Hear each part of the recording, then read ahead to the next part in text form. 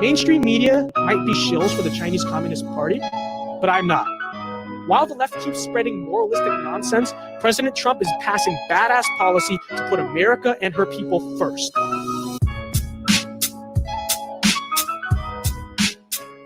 Hi, I'm Vince Stout, and I'm so conservative that I don't want anything to do with the left. In fact, I don't even turn left when I walk.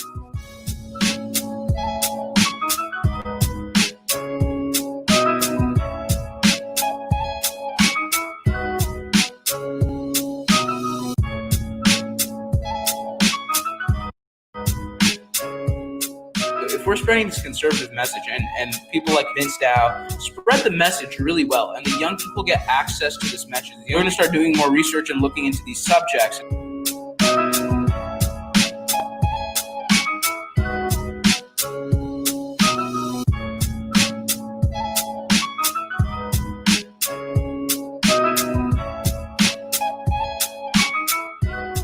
In fact, I was following, the whole political sphere on Instagram, Vince Dow, Lance videos.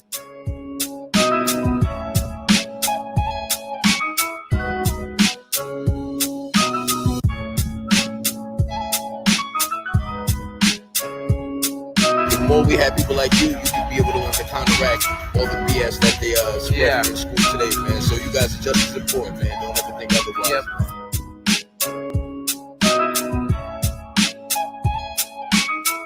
Isn't it great to see so many like-minded, patriotic Americans come together and take a stand for some common sense and American principles? And give yourselves a hand. Democrats can claim to be on the side of working families, but their agenda is clear: to destroy the working class every chance they get in the name of virtue signaling. Feeling good is greater than doing good. That's the agenda of the DNC. It might as well be their motto.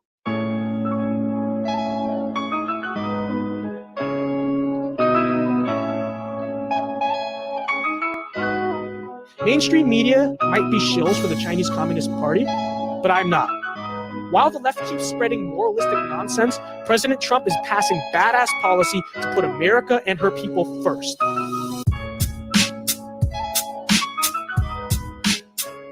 Hi, I'm Vince Stout, and I'm so conservative that I don't want anything to do with the left. In fact, I don't even turn left when I walk.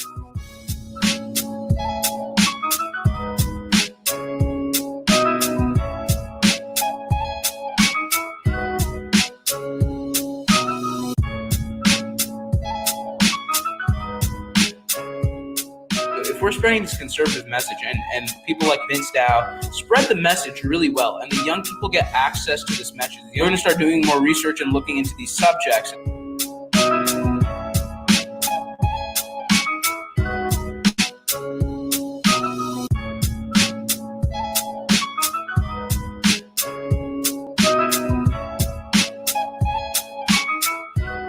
In fact, I was following, the whole political sphere on Instagram, Vince Dow, Lance videos.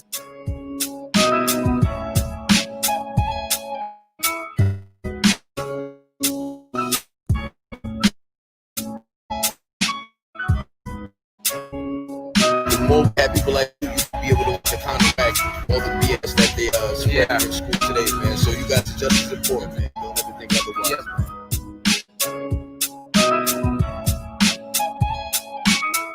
Isn't it great to see so many like-minded, patriotic Americans come together and take a stand for some common sense and American principles? And give yourselves a hand.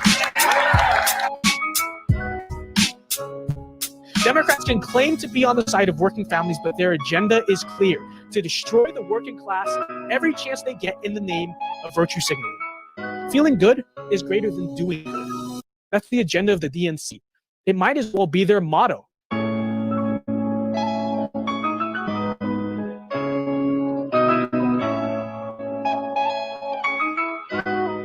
Mainstream media might be shills for the Chinese Communist Party, but I'm not. While the left keeps spreading moralistic nonsense, President Trump is passing badass policy to put America and her people first.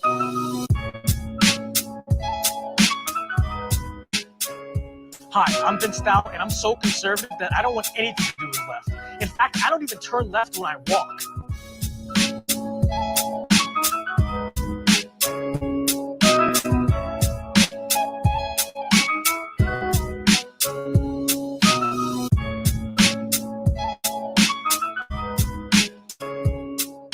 if we're spreading this conservative message and people like Vince Dow spread the message really well, and the young people get access to this message, you're going to start doing more research and looking into these subjects.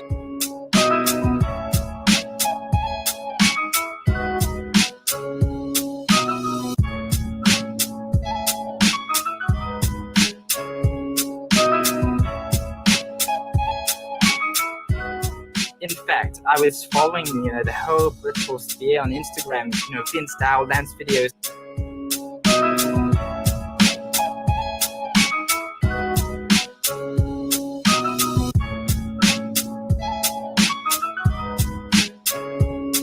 The more we have people like you can be able to counteract all the BS that they spread in school today, man. So you guys are just as important, man. Don't ever think otherwise. Yep.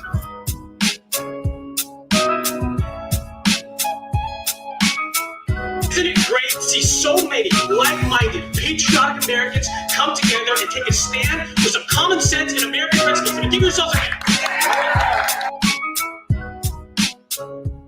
Democrats can claim to be on the side of working families, but their agenda is clear: to destroy the working class every chance they get in the name of virtue signaling. Feeling good is greater than doing good. That's the agenda of the DNC. It might as well be their motto.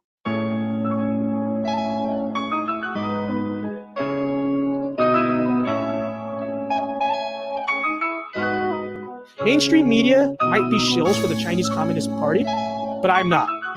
While the left keeps spreading moralistic nonsense, President Trump is passing badass policy to put America and her people first.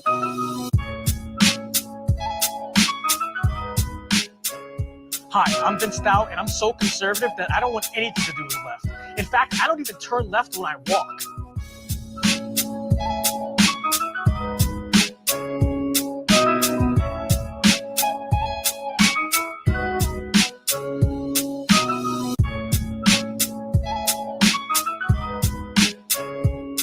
If we're spreading this conservative message and people like Vince Dow spread the message really well, and the young people get access to this message, you're going to start doing more research and looking into these subjects.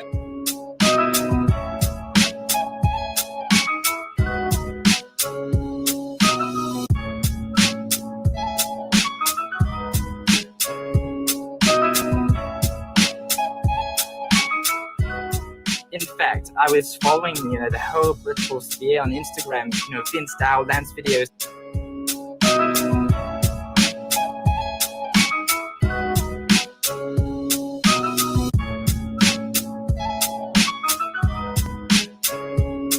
The more we have people like you can be able to counteract all the BS that they spread in school today, man. So you guys are just as important, man. Don't ever think otherwise. Yep.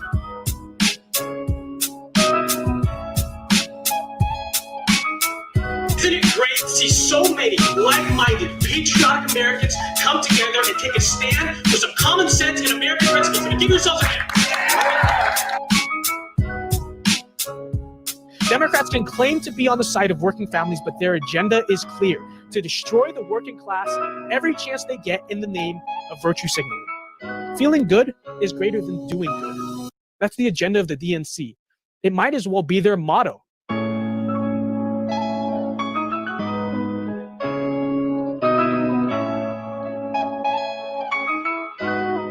Mainstream media might be shills for the Chinese Communist Party, but I'm not. While the left keeps spreading moralistic nonsense, President Trump is passing badass policy to put America and her people first.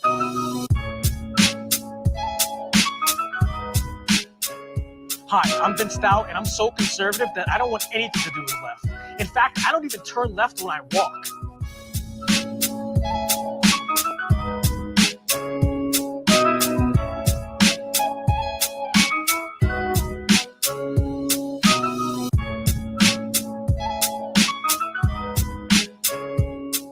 If we're spreading this conservative message and people like Vince Dow spread the message really well, and the young people get access to this message, you're going to start doing more research and looking into these subjects.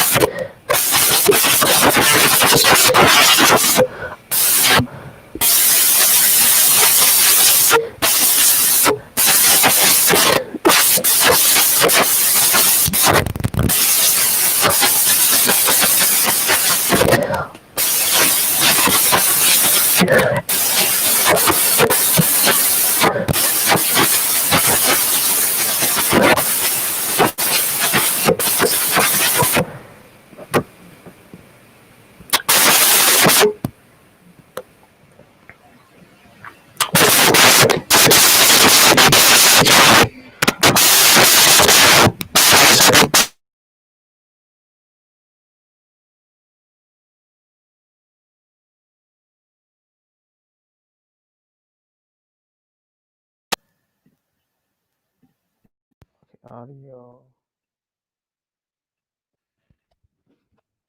Okay, how is it right now? Do you guys hear me? Static?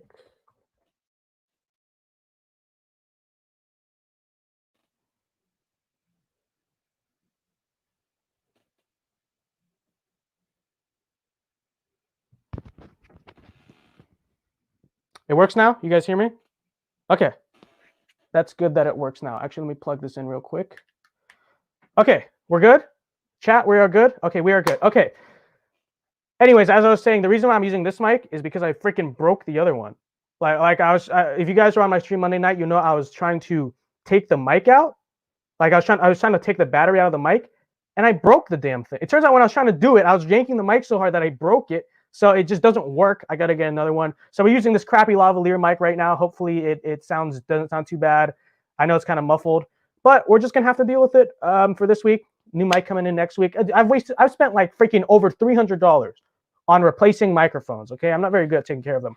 But anyways, ladies and gentlemen, welcome to America Rising episode 7. This is the most we've ever had on a live stream that didn't involve a big YouTuber like Chandler Crump. So thank you very much. Now, I'm sure a lot of you guys, you guys are actually new viewers because there's just so much happened this week. Like there's so much attention that I've gotten. Like I've gotten over 3,000 followers across platforms like this week alone, which I mean, that's very good for like 1 week. And it's all because of what happened to me. Okay, and actually some of you guys might not even know what happened to me because you might follow me on TikTok, and I haven't actually talked about it on TikTok because it's hard to like give live updates like that on TikTok. So we're gonna basically run down everything that's happened here, and let me know in the chat right now so I can explain like how much detail I have to go into of how familiar you are with the situation that's regarding specifically me and my school. So like let me know, like have you guys. I'm sure most of you guys are watching this because you've heard what happened, so you already sort of know the background. But there's some of you that might not even know. So just like, how much have you guys like heard about this and about what's happened to me and about what's going on? Put in the chat right now. But it's been a crazy week. It's not just been a crazy week for me.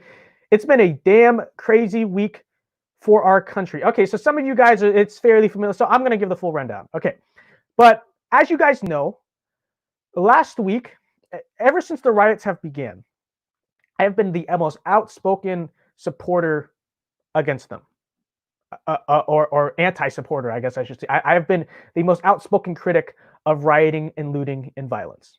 Okay, I just have been. Now, that's an opinion. I don't think it's a particularly super controversial opinion. Like, oh, violence is bad. I thought that was just like a tenet of, living in American society. Like, oh, you should probably believe that violence is bad. But there's a lot of anger in our country right now.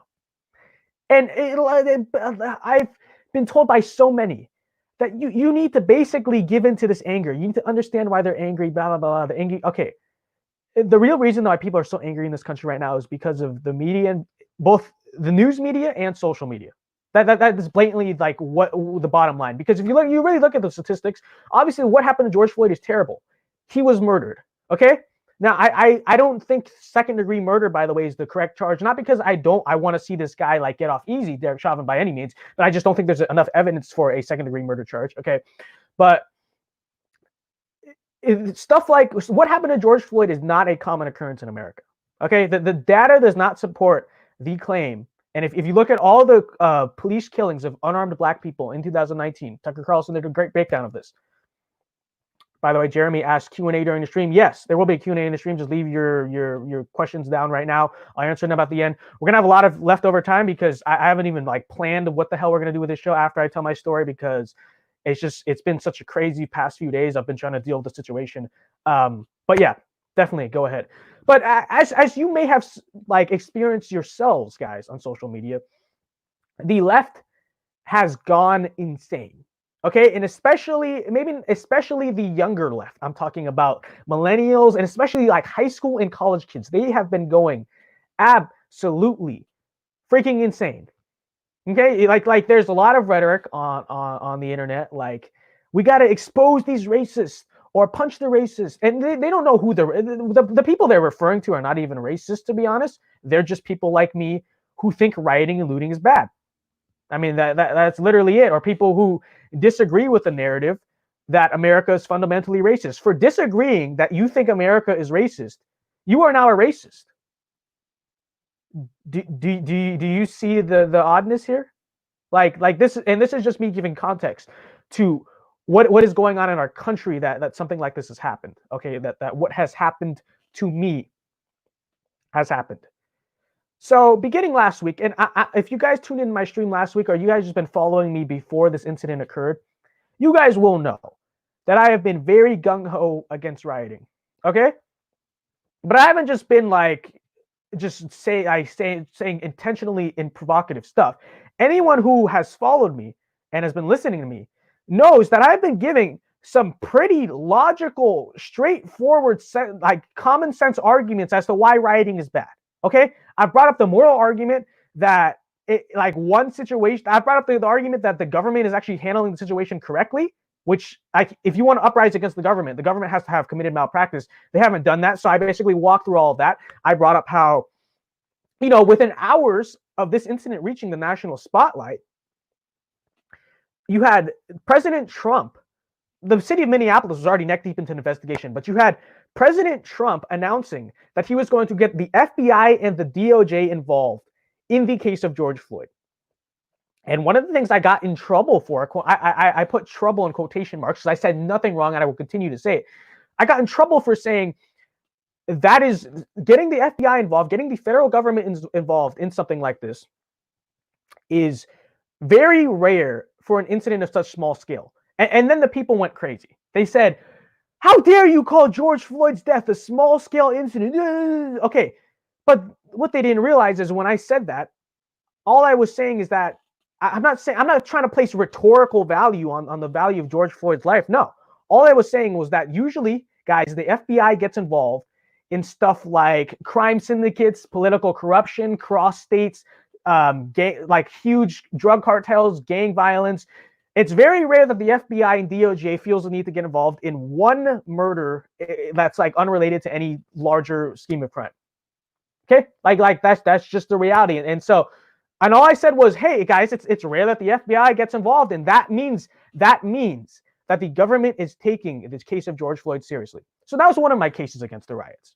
Okay, another case I made against the riots was that, hey, you guys are literally like, sure, there's some fighting against cops, which I still think is bad, but if you guys have a problem with the police, why would you go after small businesses?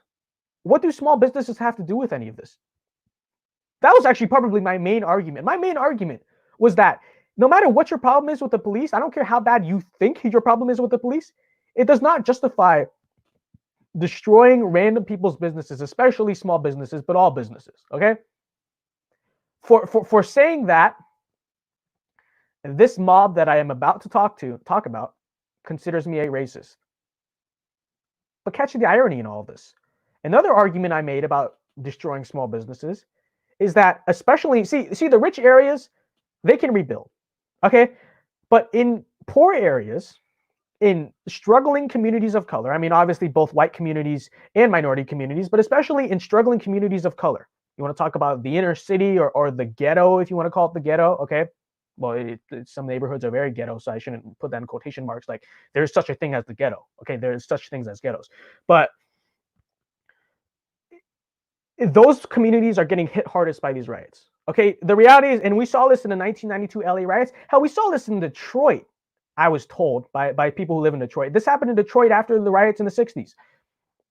When you destroy the businesses of your local area, especially communities of color, when you destroy the businesses in that local area, those businesses, first of all, it's going to be very hard for them to rebuild, but also when these business owners look at their businesses being destroyed and look at the fact that the police did nothing. They're really going to start to realize that it is not safe to have a business there. So they're going to get up and leave. Okay, and so and what happens when they get up and leave?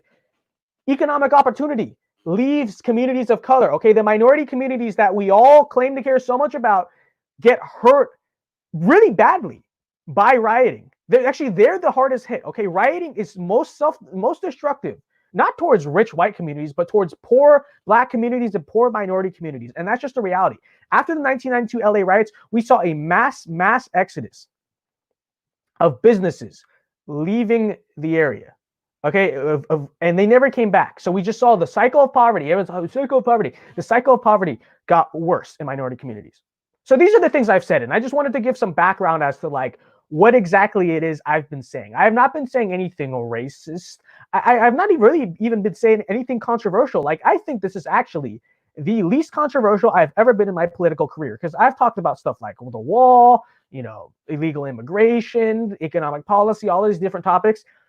But I am now my main focus now as a political commentator amidst last week's rioting. I mean, the rioting has died down a little bit, but my main focus has been that it is wrong to commit violence. I never knew that would ever be considered so controversial, that it is wrong to condemn violence. Okay? So now let's get into the story. Let's get into the story of what happened to me specifically.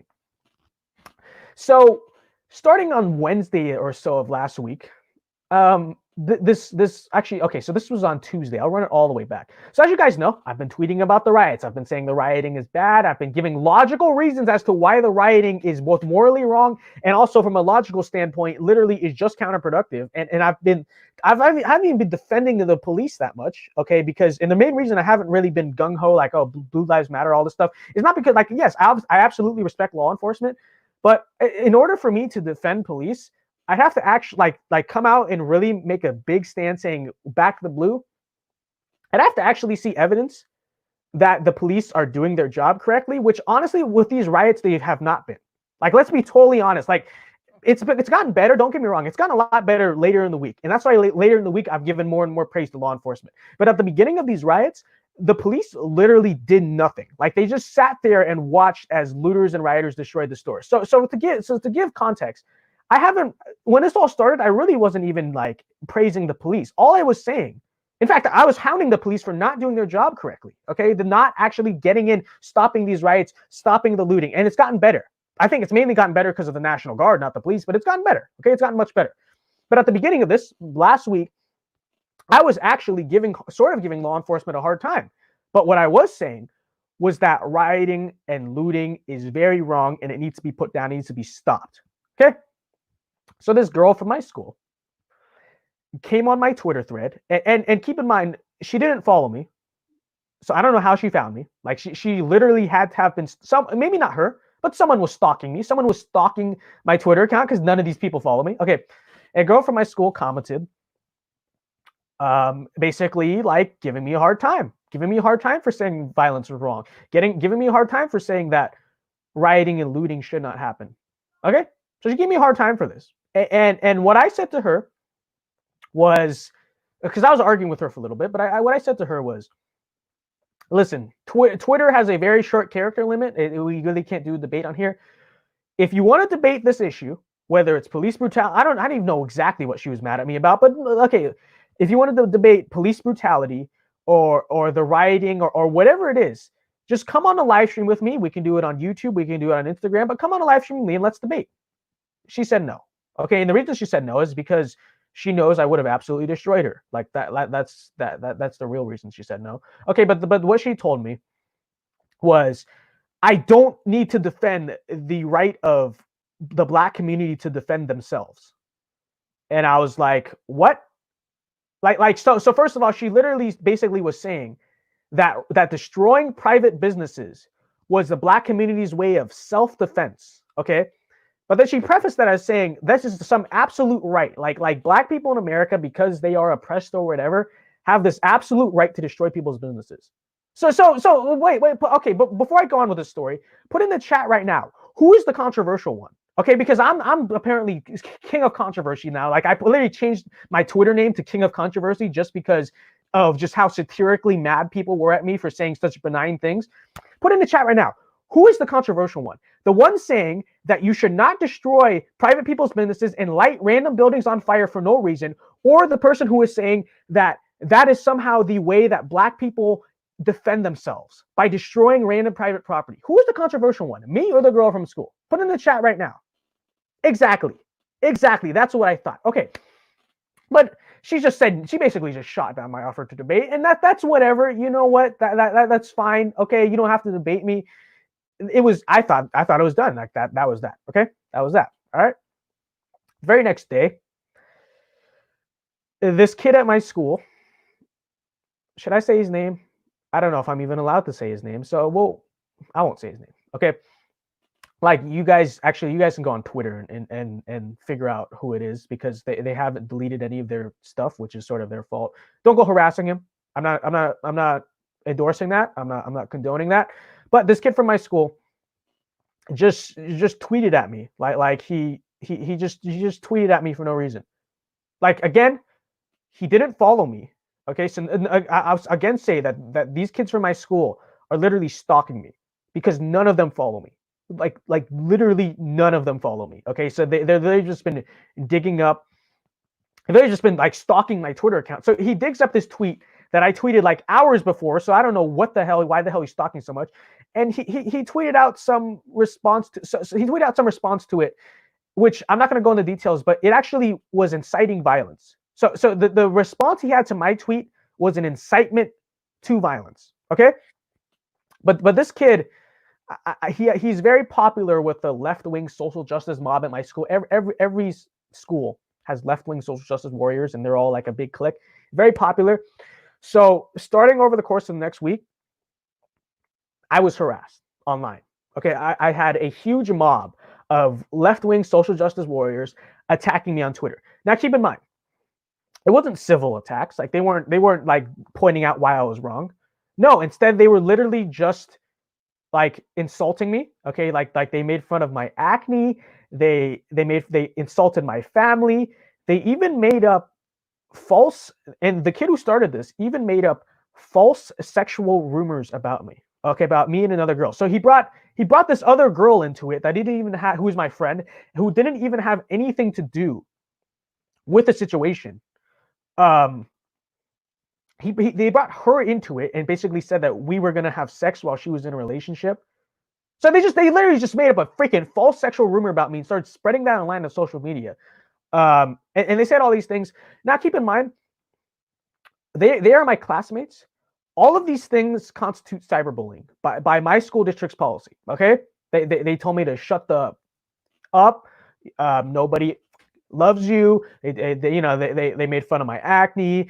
They literally spread false sexual rumors about me. So keep in mind, these things all constitute cyberbullying by school rules. Now, I didn't have any like intention of going to the school about it, because it's like, yes, it is technically cyberbullying, but I'm not a snitch. Like, I'm not a little beta male. Like, oh, excuse me, Mr. Principal, I'm being bullied. Like, okay, no. Like, I don't deal with my problems that way. Like, I can create my own vigilante justice on the internet. You know, I know. Like, I don't have to do that. I didn't feel the need to do that. So I just let it happen. I hit back at them, obviously, but I didn't insult their character or cyberbully them, because I knew I'd be set up to be the bad guy. So all I did was try to like argue with them. Keep in mind, just as I offered that one girl, I offered every single one of these cyberbullies a chance to come on and live debate whatever issue it was they were mad at me about. I don't actually know, and they don't actually know exactly what they were mad at me about. They just knew, like, somehow, somewhere along the line, I disagreed with their stance on police brutality somehow, some way. Like, I don't even know what it was. To this day, I still don't know exactly why they were mad at me, other than, hey, it's a mob mentality now in the country. Let's go harass all the conservatives. Because they never not actually, besides that one girl who was not really involved in this mob attack, okay, the mob itself never once pointed out one thing I said about any of this that was wrong. They were literally just attacking me and insulting me. Literally. NPCs, dude, lol. Okay, so yeah, total NPCs, okay? But what happened, so this went on for like a week. Okay, I just had random people tweeting at me. I had random people commenting hate on my tweets, that don't even follow me. So to the classmates who keep stalking me, do something productive with your damn life, okay? Like, seriously. But I had classmates stalking me, harassing me, saying all this stuff about me. Okay, just standard cyberbullying. No, once again, I had no intention to inform the school about it because I didn't feel the need. You know, it's like sure, it is technically cyberbullying, but like, dude, I'm a freaking political commentator. Like, I'm a political influencer with like over like 70,000 combined followers. I can obviously handle mean words. Like, it doesn't mean anything to me. I don't care. But it escalated. The situation seriously escalated. So starting on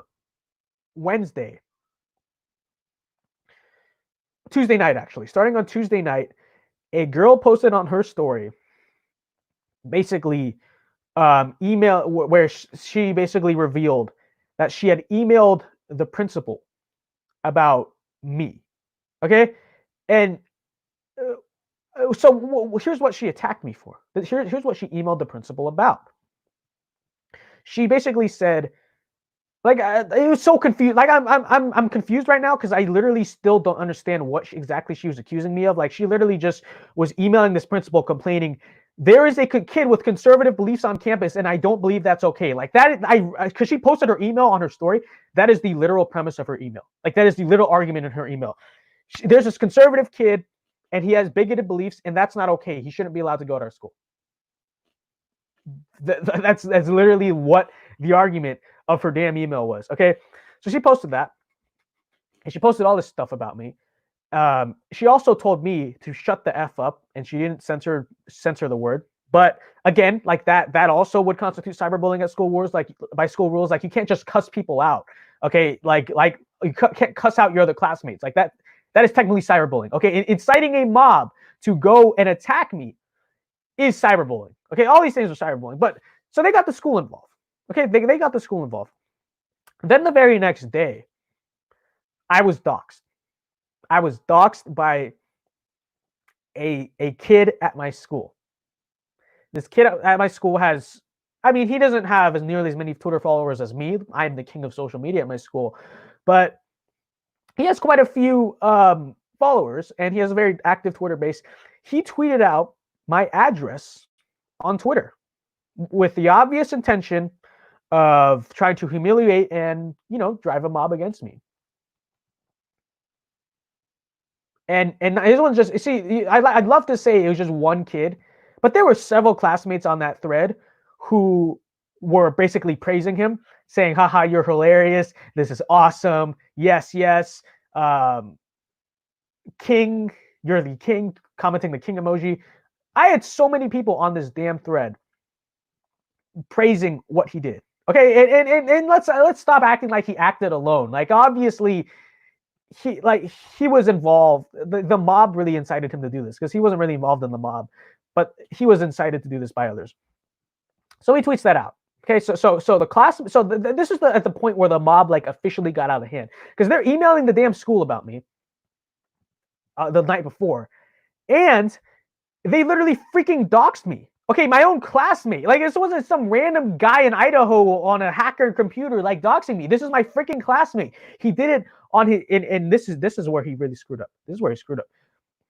He did it on his personal Twitter account.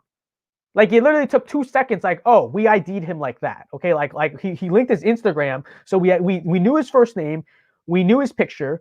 I sent it to some friends. They found out what classes in him. They knew exactly who he was. So we ID'd this kid really quick. So this kid somehow thought it was okay to dox a fellow classmate because he is a conservative, and he's going to get away with it. And so I don't know what in the world he was thinking. Okay, so I'm going to give updates in the situation after I tell the story of how the situation has ended so far.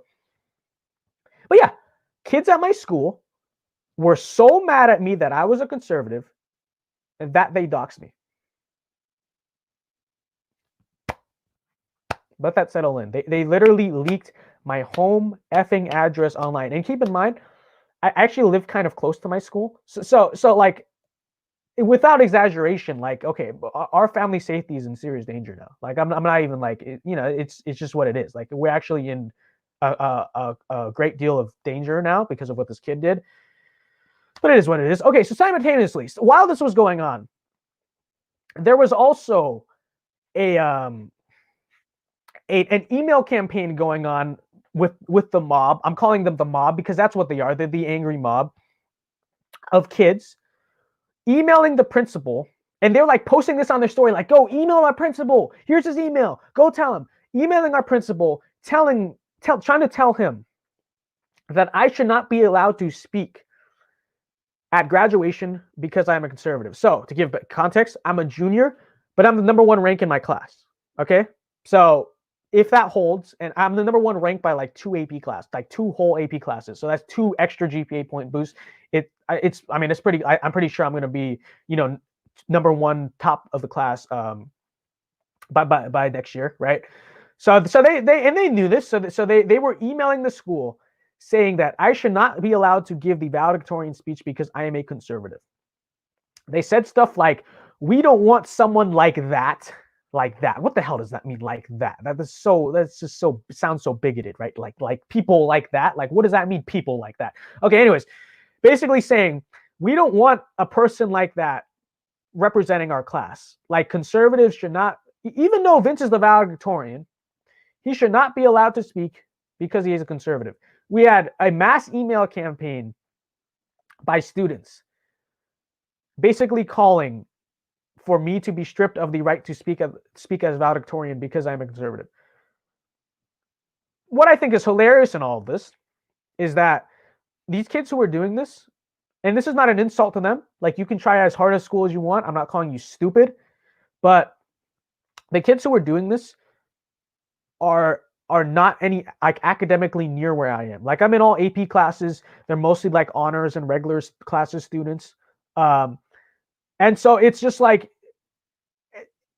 okay, if you want to argue who's the right one here, isn't it just ironic that, like, you're so mad that you have a conservative kid on your campus that, like, it outrages you this much that you have an outspoken conservative on your campus, but that outspoken conservative has way better grades than you, has the best grades in the school? Like, okay, that honestly must, like, I think this is why they're so mad that I exist, because that's what this is. Like, I've talked to some of them. They literally, what I've gotten from this is literally like, you are not allowed to exist. Trump supporters are not allowed to exist on my campus. That is their sentiment. That is their argument. That is what they feel. Okay, they literally just don't think that Trump supporters should be allowed to exist on their campus. Okay, so you have these kids. Okay, and they're in this mass email campaign, but it's just hilarious because it's like, okay, #1, if you want to strip me of my valedictorian status, then outperform me in school, dude. It's like, seriously, if you want to beat me, then do better than me in school. But that's not going to happen because the smartest kid at your school is a conservative. But I think it really just angers them that, #1, they try to do their own political advocacy on social media and it doesn't work. Okay, so I think it angers them that it is the conservative kid that has such a large following on social media. Like, it pisses them off that it's the conservative kid that has like 40,000 followers on TikTok, that has 17,000 on Instagram, that has 1,000 on YouTube, that has 3,000 on Twitter. Like, that angers them. Like, because you have, like, these kids, because social media, like, that's how you measure clout in my generation, is through social media, which I don't care about my follower count. I don't think it means that much. But that is what these kids see. They're like, how does Vince has these views that are so bad and so hateful? How come he's the one that has all those social media followers and I don't? So that's #1. But #2, it especially angers them that the kid who is the smartest in the school is at the same time the one who is the conservative. Like, they view me, frankly, as a threat, and that's why they're so cavalier and so dedicated to getting rid of me, because they view me as not only are they threatened by the fact merely that I'm a Trump supporting conservative, and they think somehow that's a crime when, like, half the freaking country supports, 35 to 40% of the kids at my school are either Trump supporters, conservatives, or just people who are like sort of center right and don't agree with the social justice warriors nonsense. Like, that is a large population at my school. Now, the thing is, I'm the only one who's outspoken about it. That's the thing. And as maybe these kids don't realize that, right? Maybe they don't realize that there are a lot of kids who support me and agree with me at school. Okay, they're just scared of speaking out exactly because of the fact that kids do stuff like this. Like they're scared of this mob. Okay, this mob isn't even that big, but they are nasty. They're nasty. They are violent. They will do anything they feel it takes to cancel and take someone down. Okay, like some of them have straight up said, like, joked about me getting beat up, joked about me getting killed, saying, quote, like, I hope you get stomped out, which is violence. Okay, and the kids at my school, the conservative kids at my school are scared of this. They're scared. That's the problem. They're so scared of these people. That's the problem with me, though. It's like they think they can intimidate me. They think they can take me down. No, too bad. Okay, I'm not intimidated by you, like, guys. Like, seriously, you guys think you scare me? No. Like, seriously, no. Like, I don't care. No matter how hard you try to take me down, even doxing me, even releasing my address online, you guys don't intimidate me. Okay, and that's a problem. You guys can't intimidate me. You guys can't scare me. You guys can't silence me, and it angers them. Okay, like they've tried to do this before last year, and it wasn't nearly as like heated or bad. It was just sort of a like a one-time thing. But they tried to cancel me before, and it didn't work. Like I just, my follower count just went up like a rocket when they tried to do that, and so has it this time.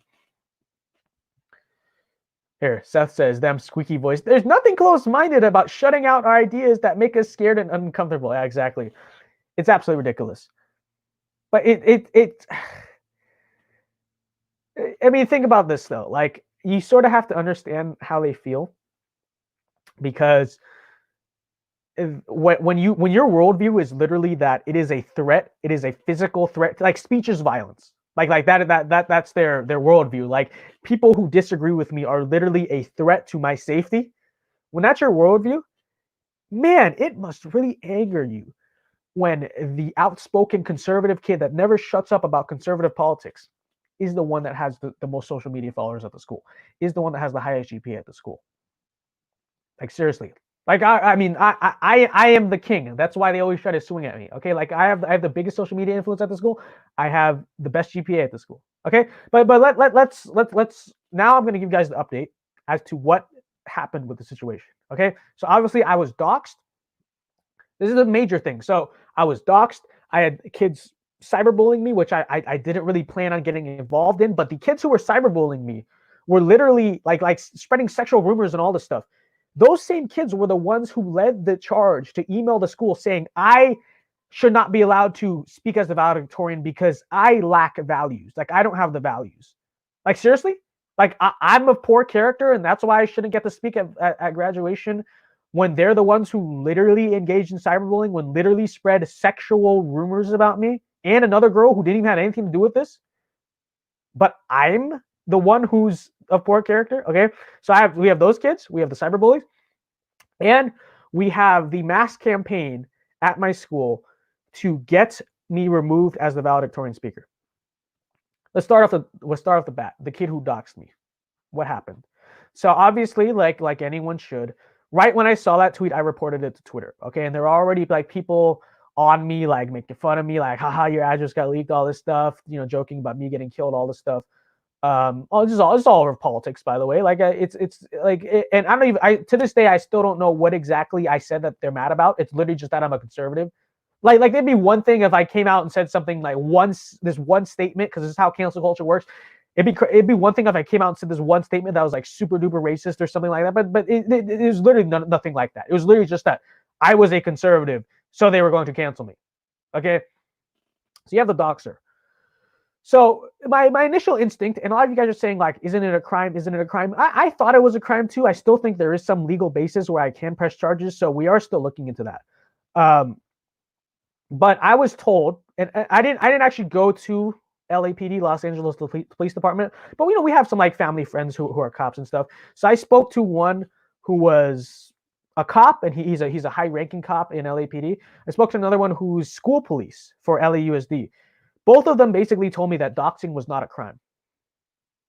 Unfortunately, that is what I was told. I was told that unless they basically call for violence, which he didn't, he just doxed me. I mean, there was an obvious connotation that you're supposed to go to this guy's house and harass him.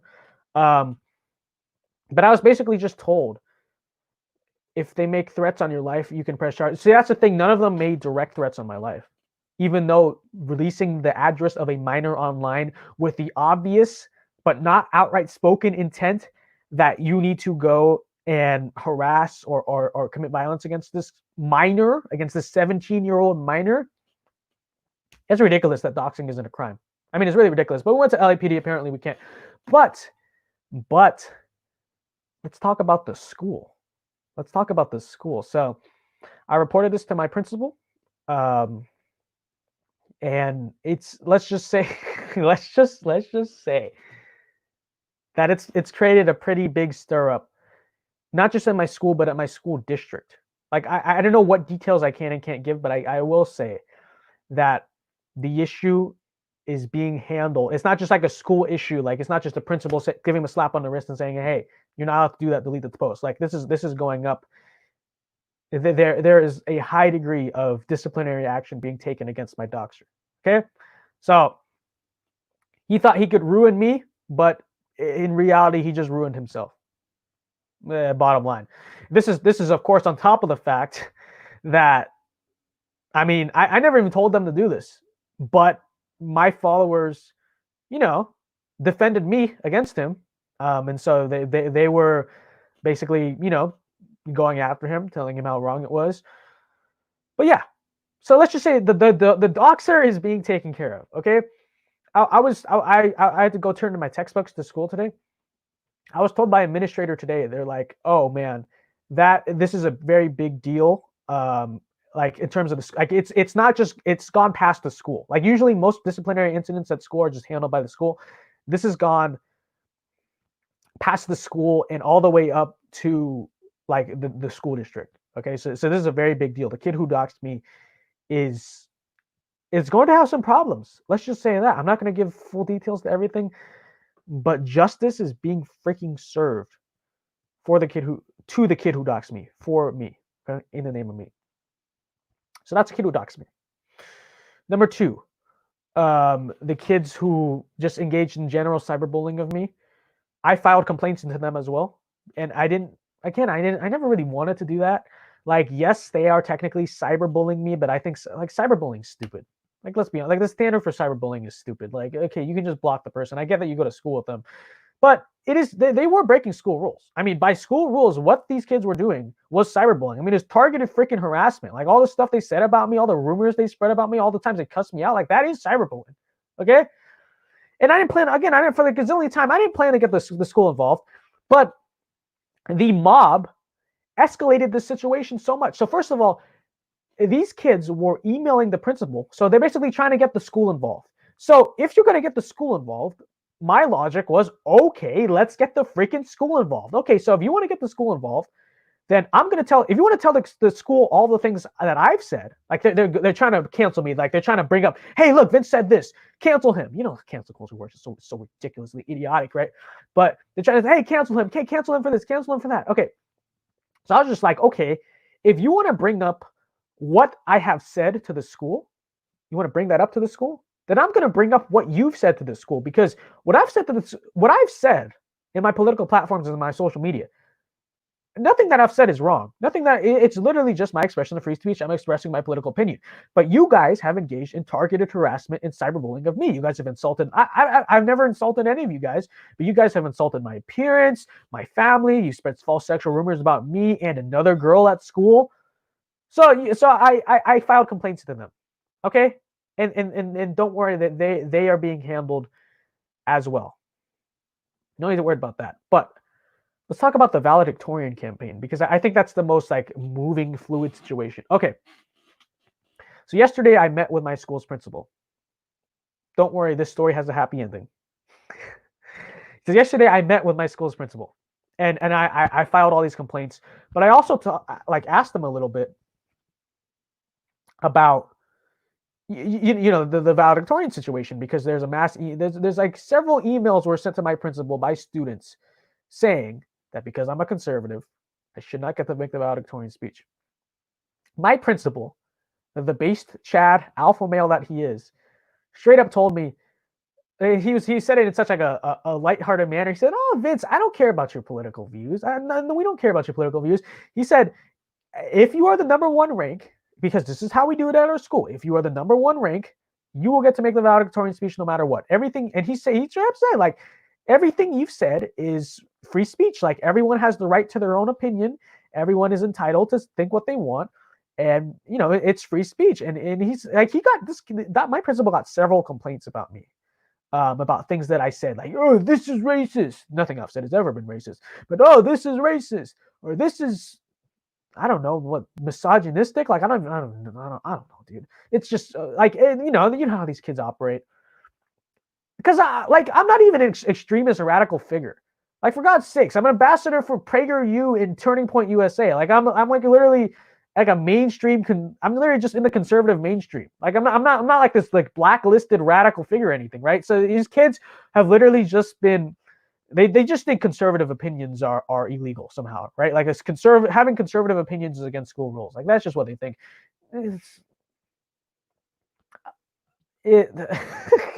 Right? But yeah, he just said, like, nope, it's free speech. He said, like, I've received complaints about all these things you've said, and all these things you've said are free speech, and you're not saying them within school or anything. So there's literally no problem. Like, you have the right to express your own opinion, especially outside of school, and just, you know, don't worry about it. Like, yeah, if you are the valedictorian, if you are the number one rank, you will be the valedictorian. If you are the valedictorian, you will get to make a speech at graduation. So winning, win. F everything else. Win, baby. Okay? So this story does have a happy ending. After I left yesterday, turns out more emails were sent to the school about me. And then when I came to school today, just to turn in my textbooks, another administrator came up to me and he actually fist bumped me. And I know you guys are probably surprised because it's California and all. But like honestly, like, it's just I have nothing but praise for the administration of my school even before this, because they're literally just like the nicest people out there. And, you know, maybe I'm sure it helped my situation that I'm a good student. And this is all you guys should sort of like take this into account, okay? Because I'm sure you guys have problems with being conservative on your campus too. You know, the administration has always liked me because I'm a good student. You know, I've never caused trouble. You know, I've never had like disciplinary problems, and I have really good grades and all that. So administration liked me, you know. So and so it's like, it's sort of like, and I'm not saying that they handle this with any bias, because literally what they've just been doing has been enforcement of the rules. Like, you're supposed to protect students' right to free speech. So everything they've done has been down the book by the rules. But like, they've literally just been so kind to me and so understanding of me throughout all of this. For the conservative kids who deal with these types of problems, you know, you just have to always remember that your image matters. Like, people's perception of you matters. Even if everything you're saying is correct, people's perception of you matters. I'm sure it has helped a lot in the situation, you know. And again, I'm not saying by any means that the school is showing bias, because they're not. They're literally just enforcing the rules. They're just the way they're supposed to enforce the rules. But we know, we've seen this on many campuses, and I'm not saying my administration will ever do this. My administration is full of great people, but we've seen on many campuses, college campuses, high school campuses, where, you know, the administration doesn't enforce the rules the way they're supposed to when the rules apply to conservatives, right? But because of the fact that, like, I'm such a good student, I've never caused problems. You know, I'm a likable kid in school. I'm sure that has really helped a lot in this situation. Not necessarily of what was done, but just the efficiency of what's been done. It's like you know, it's like when you're good to people, people have your back. And again, for the gazillionth time, I'm gonna say this for the gazillionth time, what they did, the way they have handled this, has not been with any bias towards me. It has simply been an enforcement of the rules. But as I'll say again, oftentimes when it comes to conservatives, you see school administrations not enforce the rules the way they're supposed to, right? They let the liberal kids bully the conservative kids.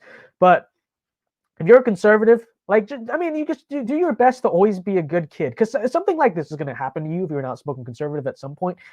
When that happens to you, you want your administration to, because something like this, like, you have to do a character assessment of both people, right?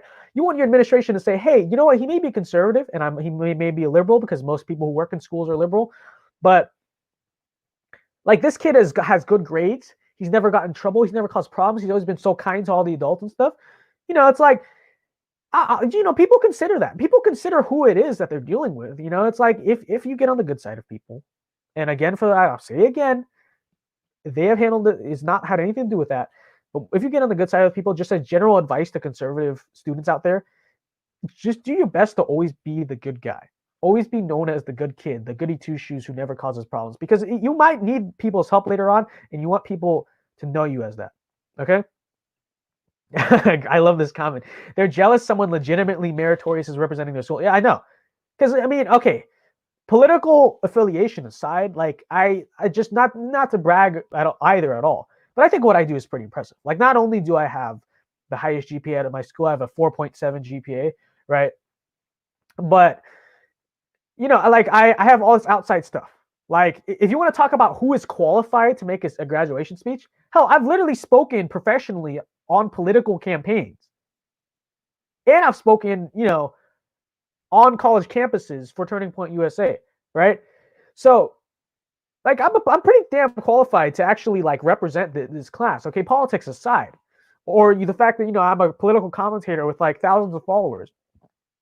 Like, it's not me bragging, but I'm just saying, like, if you want to talk about who should represent our class, like, I just feel like I work pretty hard, both in school and outside of school, and I have all this merit. Like, I feel like there's nothing wrong with saying, oh, Vince should represent the class. Like, Vince has the most impressive track record out of anyone in the class.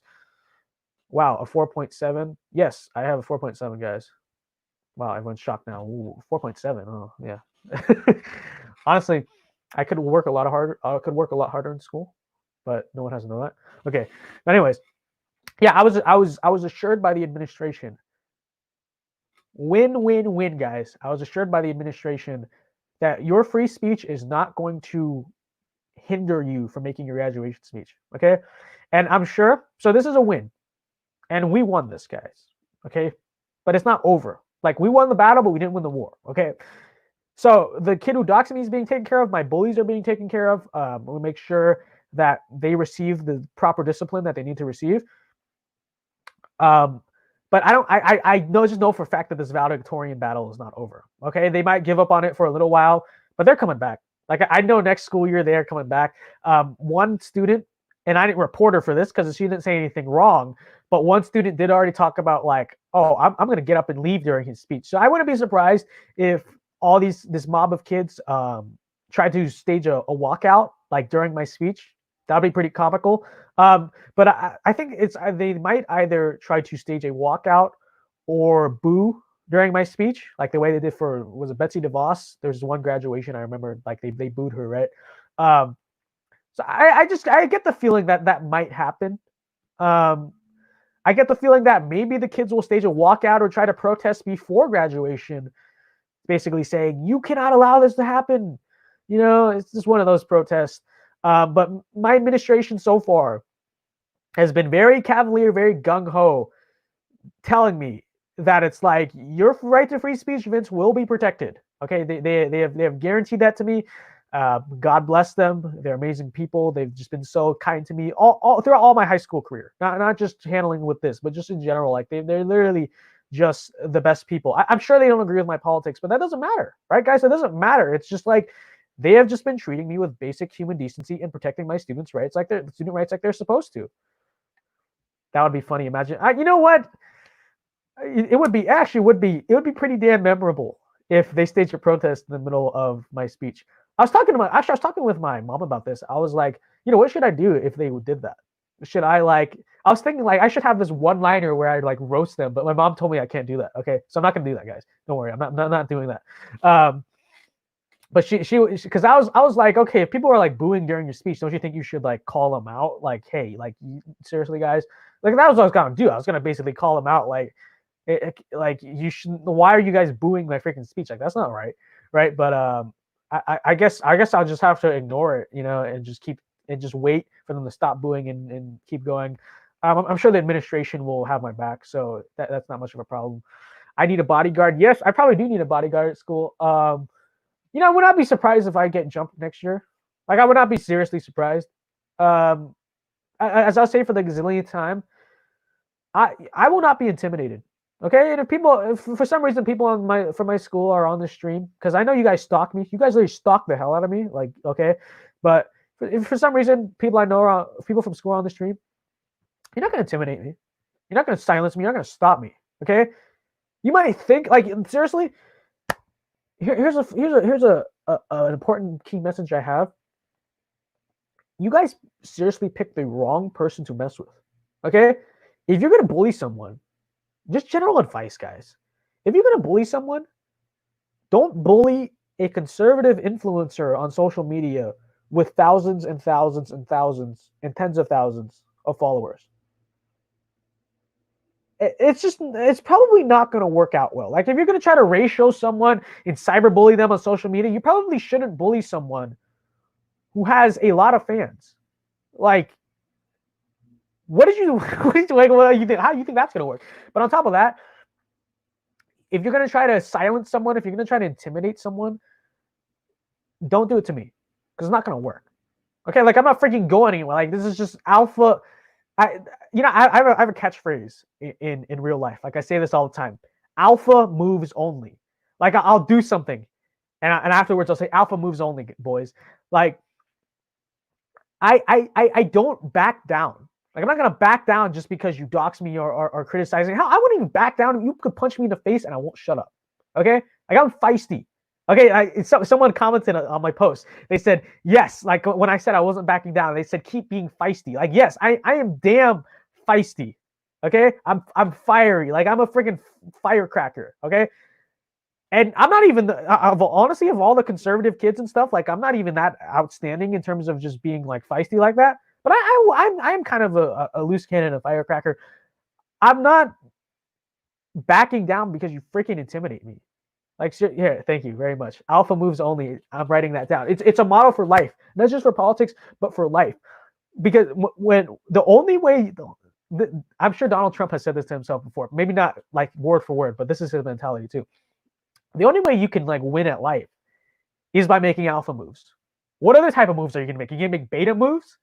Like seriously, the only way you can win at life is by attacking things. Okay, like you have to go head first into things. You have to be dedicated. Like like oftentimes, it just so happens that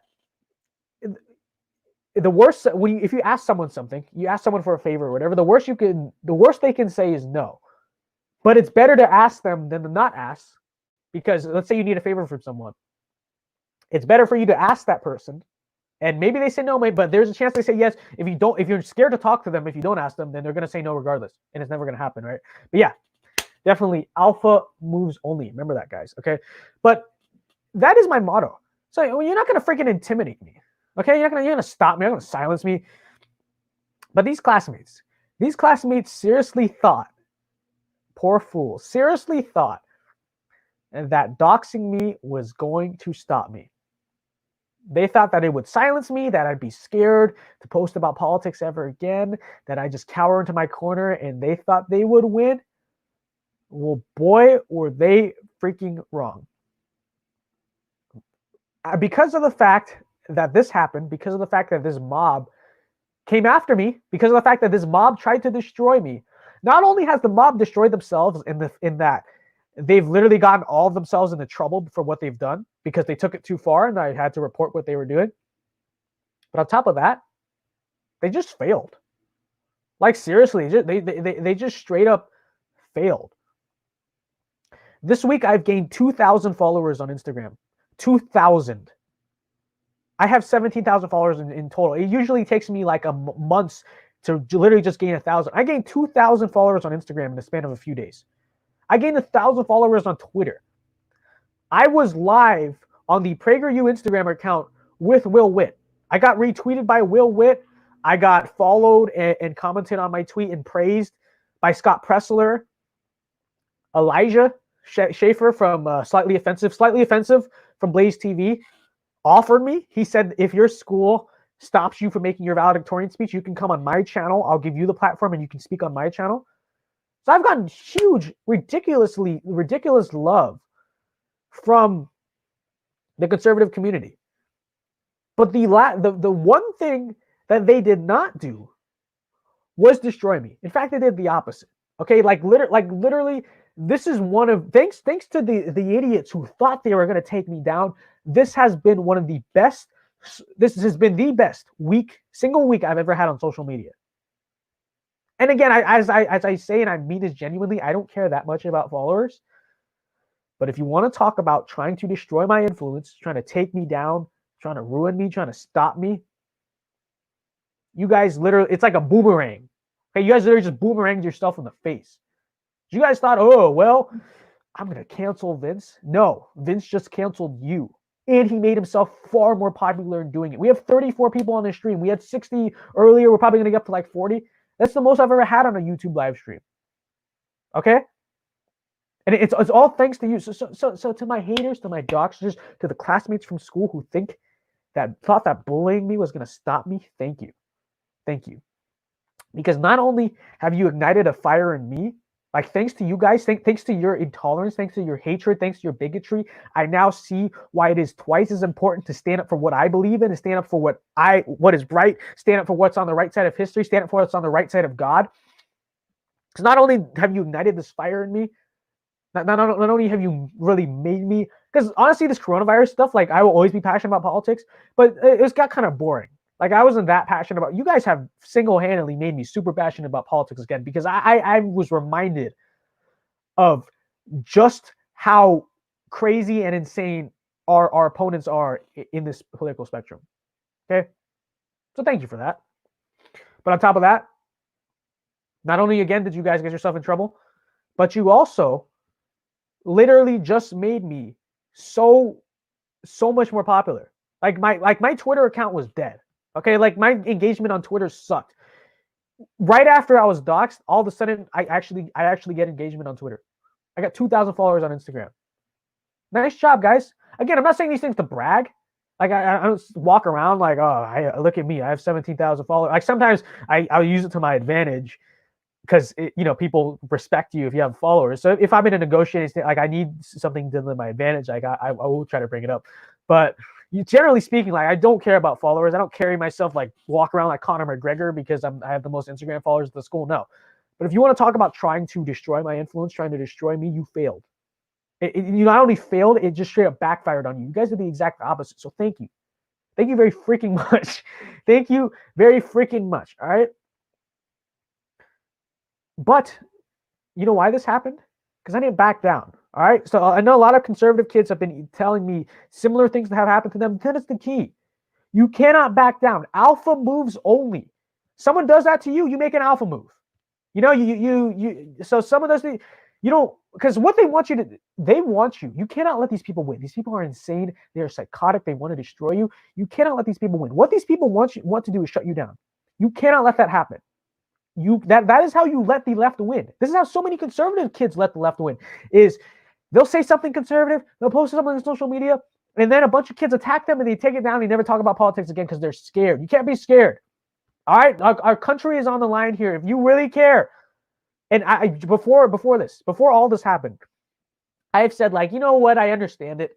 If you don't want to talk about politics, if you don't want to lose your friends, that's fine. But no, okay, you know what? I'm no longer forgiving you guys, because I've realized this week that like the future of our freaking country, and I knew this before, but especially now, the future of our freaking country is at stake here. Like these are the people against us. They will dox the people who doxed me and have harassed me and done this evil. It sent the mob after me. You cannot let these people win. You can't let these people take our country. Okay, so if someone attacks you on social media, make an alpha move.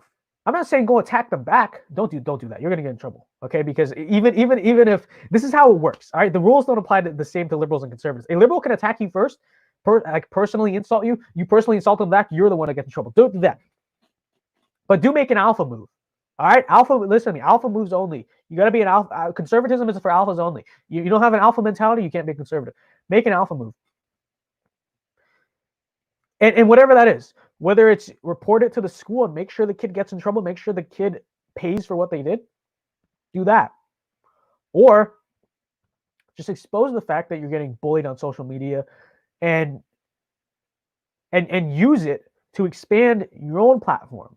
All right, because you didn't ask for these things to happen to you, but you can use them to expose the agenda of the radical left and to further the conservative cause. Okay, the more people see that the other side is absolutely hateful and bigoted, the more people will be drawn to you. That also brings me to something I should also bring up, is that it might sound like I'm being mass canceled by all the kids at my school, but that's not true. That's not true. There are a large number, I mean a very large number, of kids at my school who are on my side, who support me, and there are even many kids are not even conservative themselves, but the mob against me has acted so rashly, so cruelly, that they take my side, because even though I have my own, everyone has their own beliefs, I haven't done anything wrong. It's literally just them that has just done so many bad things, right? You have liberal kids taking my side in all of this, not because of my beliefs, but because of the fact that I'm literally just being harassed, doxxed, bullied, and just for my opinions. Okay, but what was I saying? You can't let these people win. Okay, but I've had so much secret support at my school. So many kids from my school. And thank you. Listen, I'm not gonna expose you guys. I'm not gonna tell people who you are, because I don't want to send this mob of bullies after you. I don't want you to get bullied unless you are prepared for that. Because trust me, if you don't have thick skin like I do, it's gonna be hard. It's gonna be really bad. Okay, so I'm not gonna send it at you. If you want to really get publicly involved and help me out, I welcome you. I will help you, but don't feel obligated to. I'm not gonna tell people who these people are. I've had so many classmates DM me telling me, "Hey man, it's great what you do. I support you." But most of the DMs haven't even been political. They're just like, it is so wrong that these kids want to strip the right for you to speak at graduation because you are a conservative, or that is so wrong that you got freaking doxxed. Like, that is just evil. Okay, and some of them preface it like, I don't really agree with a lot of your political beliefs, but this is just so evil what's happening. It's so wrong. Okay, liberals and conservatives at my school are uniting against this mob, and it's not over politics. It's over basic human decency, over the basic belief that, hey, it's actually kind of wrong to dox someone because you disagree with them politically. It's actually kind of wrong to spread sexual rumors about someone because you disagree with them politically. That's so much support. And to the conservative kids at my school, who are scared to speak out, this is not true at other schools, but don't worry, I got you. All right, I will always speak for you. All right, so that you don't have to. I will let the mob come to me, like attack me, so that they don't attack you. Okay, so I genuinely I am actually looking out for you guys. Okay, I use my voice so that you guys don't have to, because conservative views are, it's like there are many, obviously there are many outspoken leftist kids at my school. I'm like the only outspoken conservative kid, and yet because of my influence, my power, the volume of our voices is equal. You have this large group. It's literally me. I speak for all the conservative kids at school. Okay, and I was like, I don't want you guys to worry. I got your back. All right, seriously, let me know if anything ever happens to you, anyone ever comes for you, because I will make sure it is taken care of. All right, I mean, if you want to see me as like your guardian angel, go ahead. Because not only will I spread our values, our principles for you, so that you don't have to have the mob come after you, but I will also look out for you if they ever come for you. Okay, I got your back, guys. Don't worry. But yeah, I've had so much secret support at this school, and that's also what has to piss the mob off so much, because the mob likes to think that I'm the only conservative kid at my school. Okay, because like I said, they're threatened by the fact that there's a Trump supporter at our school. Oh my God, let me go cry in my safe space now. Like, this is literally how they freaking feel. Seriously. Like they are literally threatened. They feel threatened by the fact that someone at their school actually disagrees with them. Like, oh my God, how dare they, right? But seriously, like, the fact that there are so many conservatives at my school and just so many non-political kids or liberal kids who just disagree with what this mob is doing, my gosh, it must infuriate them. It must seriously get under the skin of the kids who are doing this. And what do you expect me to feel bad? Like that's actually a problem with you. That's your problem if you are threatened by the fact that people disagree with you. Because let me tell you something. I like I go to a school where like 60% of the student body is liberal, like 95% of the teachers and faculty are liberal, and you don't see me freaking going crazy about it. You don't see me like mobbing people on social media. You don't see me emailing the principal saying it is a threat that people disagree with me. How can people disagree with me? Oh my god, I need a safe space. Like, no. Okay? As I will say a gazillion times, conservatism is for alphas. That's why. Conservatism is conservatives are like, in terms of kids, conservative kids are naturally tougher than liberal kids. That's just bottom line, because conservative kids actually have to deal with this crap. Okay, they actually have to deal. They have to deal with like kids on the other side who think it is a literal threat that people disagree with them. Give me 1 second. I gotta plug in my computer, but hopefully the webcam doesn't disconnect. Hold up. Give me 1 second. Go in. Please don't unplug. Sorry. Hold on. I gotta fix this because every time I plug in my computer, it screws up. Just give me 1 second. Okay, anyways, we're back. Isn't justice so infuriating? Yeah, I know exactly. Like literally the exact correct things happening here. But yeah, it's the secret wave of support I've gotten out of all this has been amazing. Now, I've gotten a lot of love from the conservative community on social media, but that was expected. Like honest. Hold on, this really happened. Hold on, give me a second. I gotta do this again. Would you like to charge, please? You stupid thing. Plug in.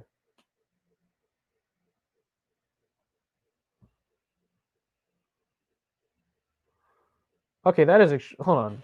I might have to fix this in a second. That is extremely annoying. All right. I'll fix that in a minute. I'll just deal with it later. Okay, anyways. No, okay, guys. What I'm doing is I'm just trying to plug in my computer, but I'm using like I have more USB. I don't have enough USB ports to do it, so it's just kind of annoying. So I'm just probably have to like switch to my natural webcam. But anyways,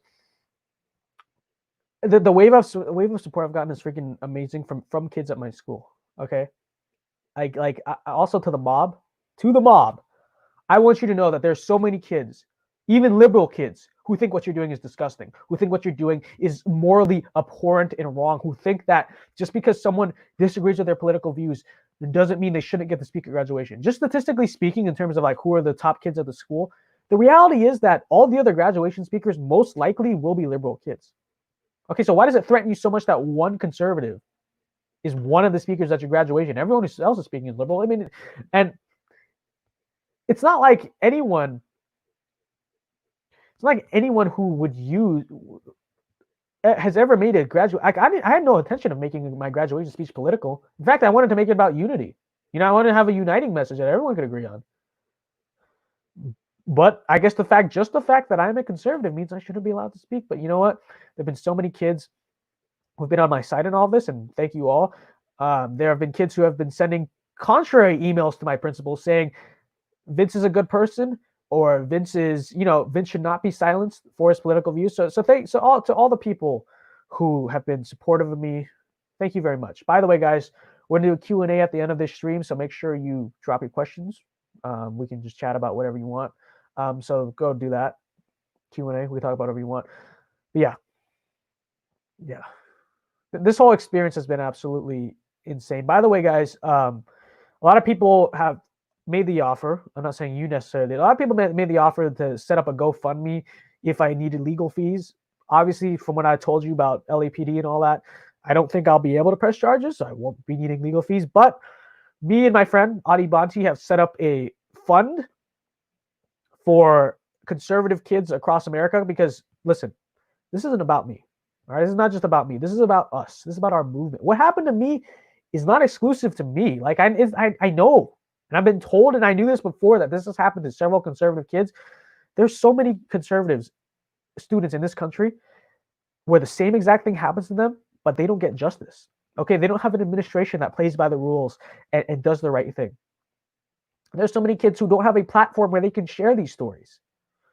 We want to give them a platform. We want them to be able to spread their message. So we have set up a Is it a GoFundMe or Kickstarter? We set up a GoFundMe for both the legal fees of conservative kids who are in lawsuits and need it, and also to start a watchdog group, basically to where conservative students can report and share the stories of leftist bias and leftist indoctrination and leftist bullying that takes place in their schools across America. So we've set that up because I've now that it's happened to me, like, it just made me realize, and I always knew this was a problem. Like, before, I don't know if you guys are some of my OG Instagram followers, but before, I had this series called Education Indoctrination, where I basically would share stories of leftist bias in school. So this is nothing new to me. But now it's happened to me personally, and it's happened like this freaking bad. I've just realized that, like, conservative kids need somewhere where they can actually seek justice, where they can share their stories, and not every kid wins. By the way, since we are winning and we will win in this situation, I don't dedicate the justice that is being served here to myself. This is not a win for me. This is a win for every conservative kid in America who has ever dealt with left-wing bullcrap in their schools. Okay? Whatever discipline is given to the kids who bullied me and doxed me, that's not for me. That's for all of you. That's for all of us. Okay? Conservative kids at this, and I want to make sure everyone knew what happened here, because I want to inspire conservative kids. Because a lot of conservative kids in this country feel so helpless. Like, they feel like, if they want to report something, they'll never receive justice. Like, they'll never, no one's ever gonna care. They're never gonna have a platform where they can, like, solve their problems. They're never gonna get what the fair treatment that they deserve. This is for them. I hope that the story of what happened to me, in that, like, I just, like, no mercy. Like, we literally drained the swamp of the bullies.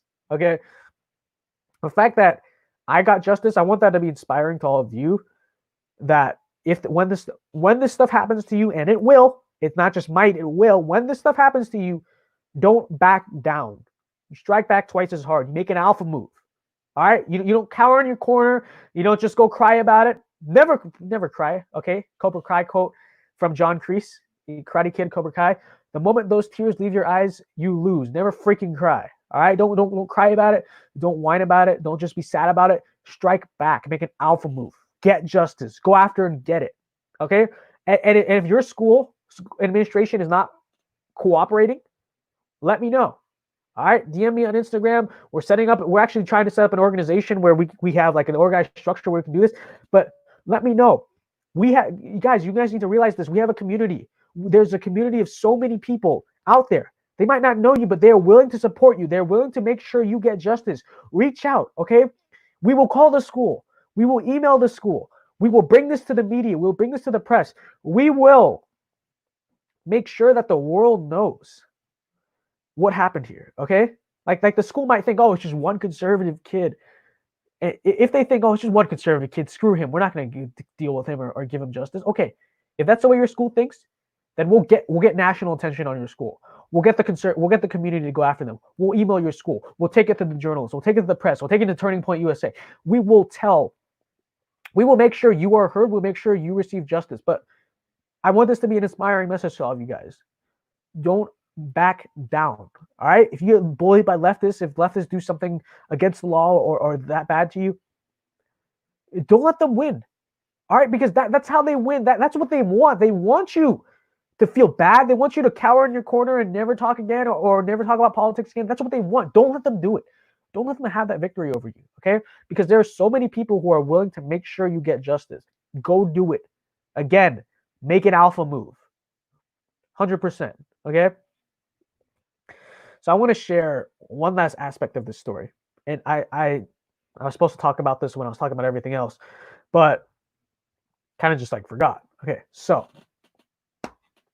I'm gonna start before I say anything. I'm gonna preface this by saying this is not an accusation. I don't have hard proof of this. I'm not trying to accuse anyone of anything wrong, of wrongdoing or anything. But I have been told, and this is hearsay evidence. Okay, there are aspects of this I can prove, but most of the supposed wrongdoing is hearsay. Okay, So before I'm just a preface with that. Okay, like I don't know this whole situation, but I was told by classmates that, as I said, as we've been talking about, there was this harassment mob after me that was just bullying me, doxing me. I have been told that there is a left-wing English teacher at my school who has been egging on this mob. Again, I cannot verify that for myself. There are aspects of this story that I can verify, there are aspects that I can't. But I've supposedly been told that this teacher has sort of been like egging on the canceling mob against me. Now, if this is true, and I don't know how much of it is, but if this is true, I mean that's a severe ethics violation. Like especially when you consider the fact that the kids who are against me have like literally definitionally by school rules been bullying me. This is a problem. This is a serious. So here's what I can verify. I can verify that this is the student who started the sexual rumors about me. So this student is a straight up cyberbully. Like, he's a bully. He's the one who started the sexual rumors about me. Okay, that student was in communication, is close with this teacher, and was in communications with that teacher. That teacher told this student to email the principal about me, what I supposedly said and what I supposedly did. So that's what I can verify. What I cannot verify, but what I've been told, is that she's essentially been like egging on this mob of bullying. Okay, not necessarily encouraging it, but sort of just abetting it and sort of just getting her neck involved in the situation. Oh, I can also verify that she personally made sure that the principal was looking into me and the stuff I was saying. Okay, so I can verify that she told my principal, like, hey, make sure you look into these investigation and these reports. Okay, so I can verify that too. But if this is true, not only has this teacher supposedly, allegedly, unethically intervened in this situation, which is especially worse considering this is a cyberbullying situation, but she has intervened, she has taken the side of the student who spread false sexual rumors about me, literally taken her side, abetted it. But also, I did notice that after that student posted that he had communications with that teacher, after that, the mob against me became significant. I don't know what she said specifically other than that, but I can tell you that after that happened, the mob against me became significantly more emboldened after this. Okay? I was not doxxed until after this communication happened. There was not a mass email to my school until after these communications happened. In fact, the mob was sort of dying down a little bit after these communications. It went up again. I got harassed and hate again. So I don't know what she said. I don't know if I can necessarily blame her, but I can verify that after these communications happened, the cyberbullying mob against me was significantly stronger and significant. So again, I'm not going to pretend, I'm not going to make accusations. I'm not going to say I know what happened here, but I'm just giving you the facts that I can tell you that after these communications happened, the mob was significantly more emboldened. Okay, so I'm going to basically not file necessarily a complaint, but an inquiry into what happened with this teacher. Not just with my school, but actually with LEUSD, with the district.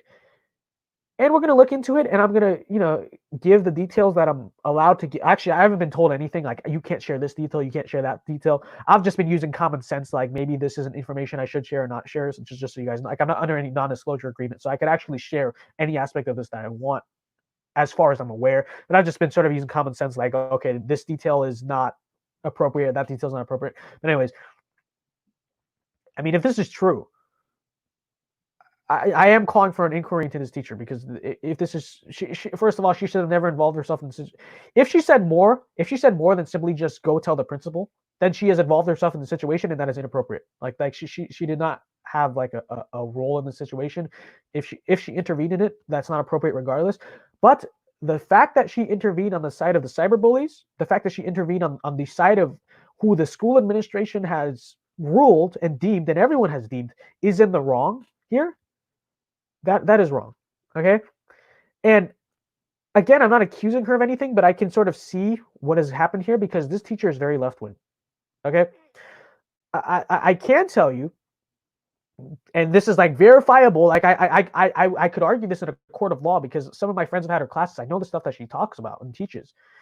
I can really tell you that she does use her class, and I'm sure, look, there may be learning going on too, but she definitely uses her class as a platform to sort of tell, you know, I'm just gonna say it because it's true, to spread her political beliefs. Okay, like she I've seen the actually, give me 1 second. I gotta plug in my computer, so I'm gonna change webcams.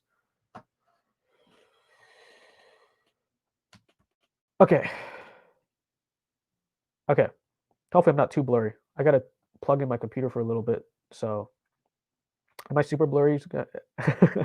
There may be no, but yeah, so this teacher is very like left wing, okay, very, very social justice teacher, very left wing teacher, and she definitely uses her platform in class to, maybe not directly, yeah, I wouldn't make that accusation, but she definitely does use it, her class, to push political messages and political messaging. Luckily, I've never had her class because that would be imagine, imagine if I had her in my class, man, there would be some fireworks. Like there'd be some serious fireworks. I know we could never get along. She's very outspoken to the left. I'm very outspoken to the right. It just wouldn't be a good clash. But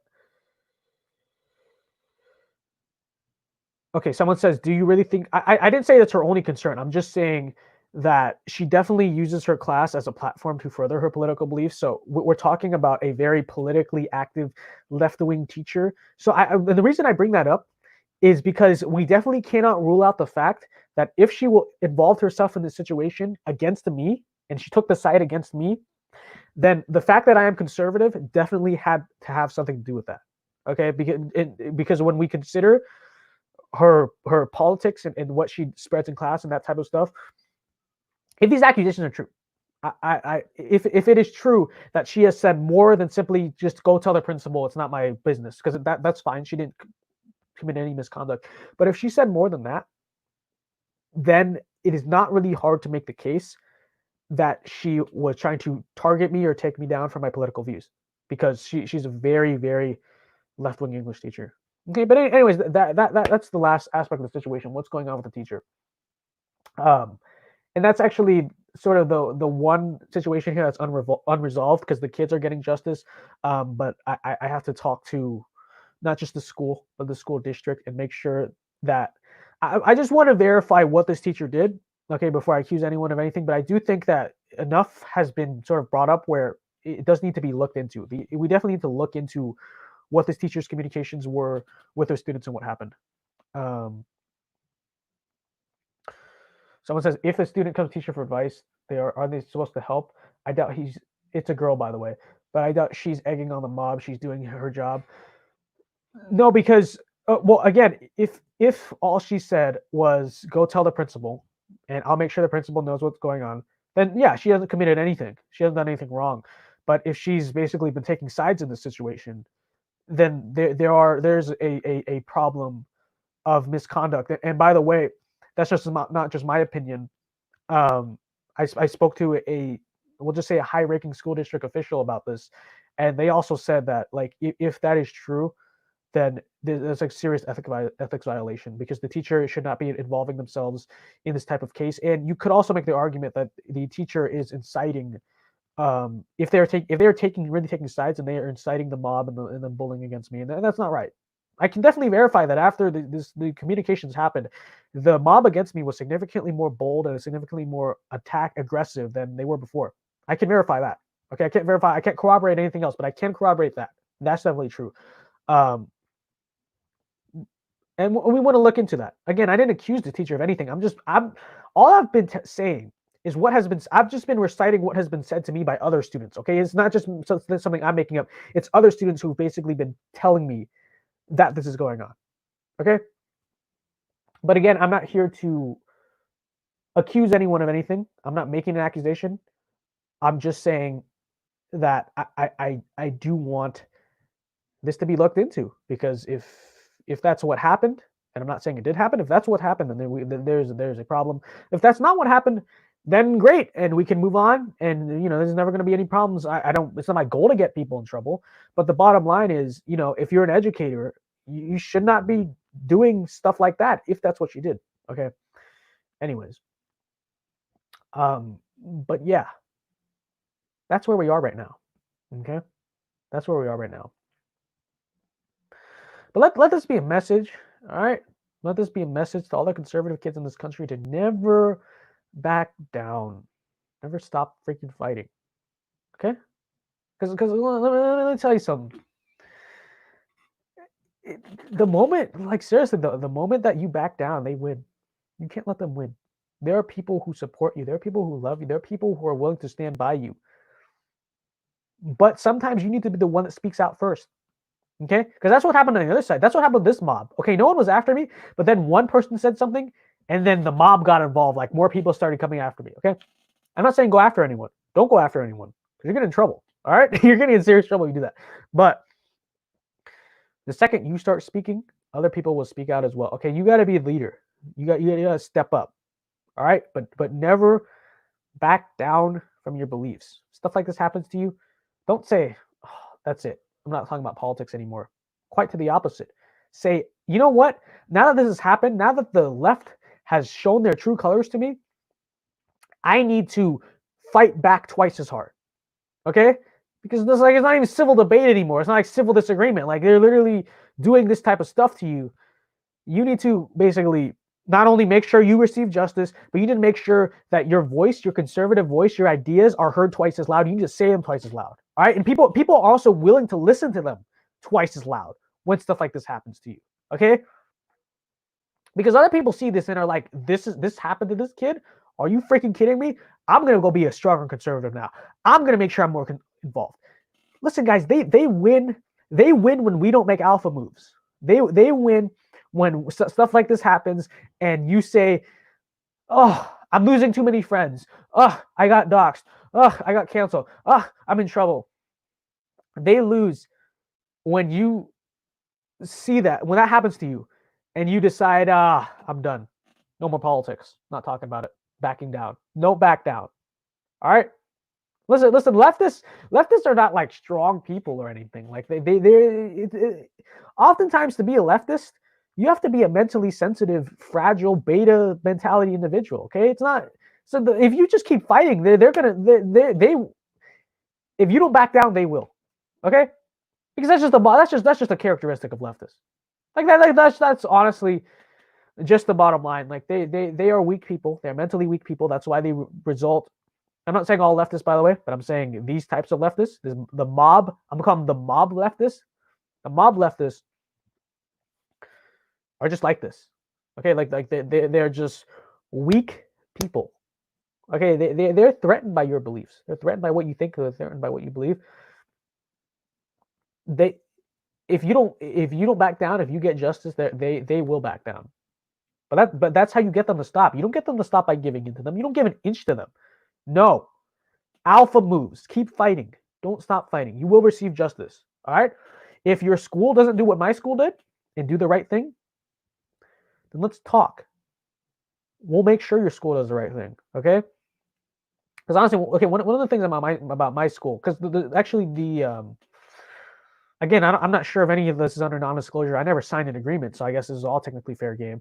But I'm not going to reveal like very specific details. But I will say that like the school district got involved and reached out to me basically at offering help. Like it wasn't just the school. Like this is again. I want to thank my administration and thank my school for the way they've handled this, and thank the school district because they've literally just been so supportive and doing the right thing and making sure I receive justice.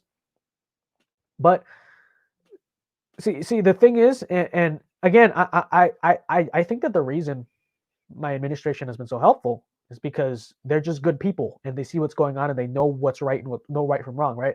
But in terms of the district reaching out to me and all this stuff, like, you know, I really never planned to do this, but I guess you could say that it would be a possibility that because I have so much influence, on social media and stuff, theoretically, I could take it to the media.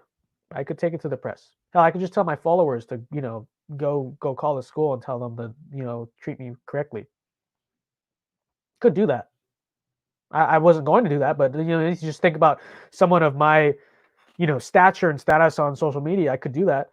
I could, you don't know who I know, right? Like maybe Donald Trump Jr. follows me on Twitter and he sees what's happening and he retweets it. And next thing you know, boom, I'm on Fox News, right? Basically bashing my school and bashing my school district.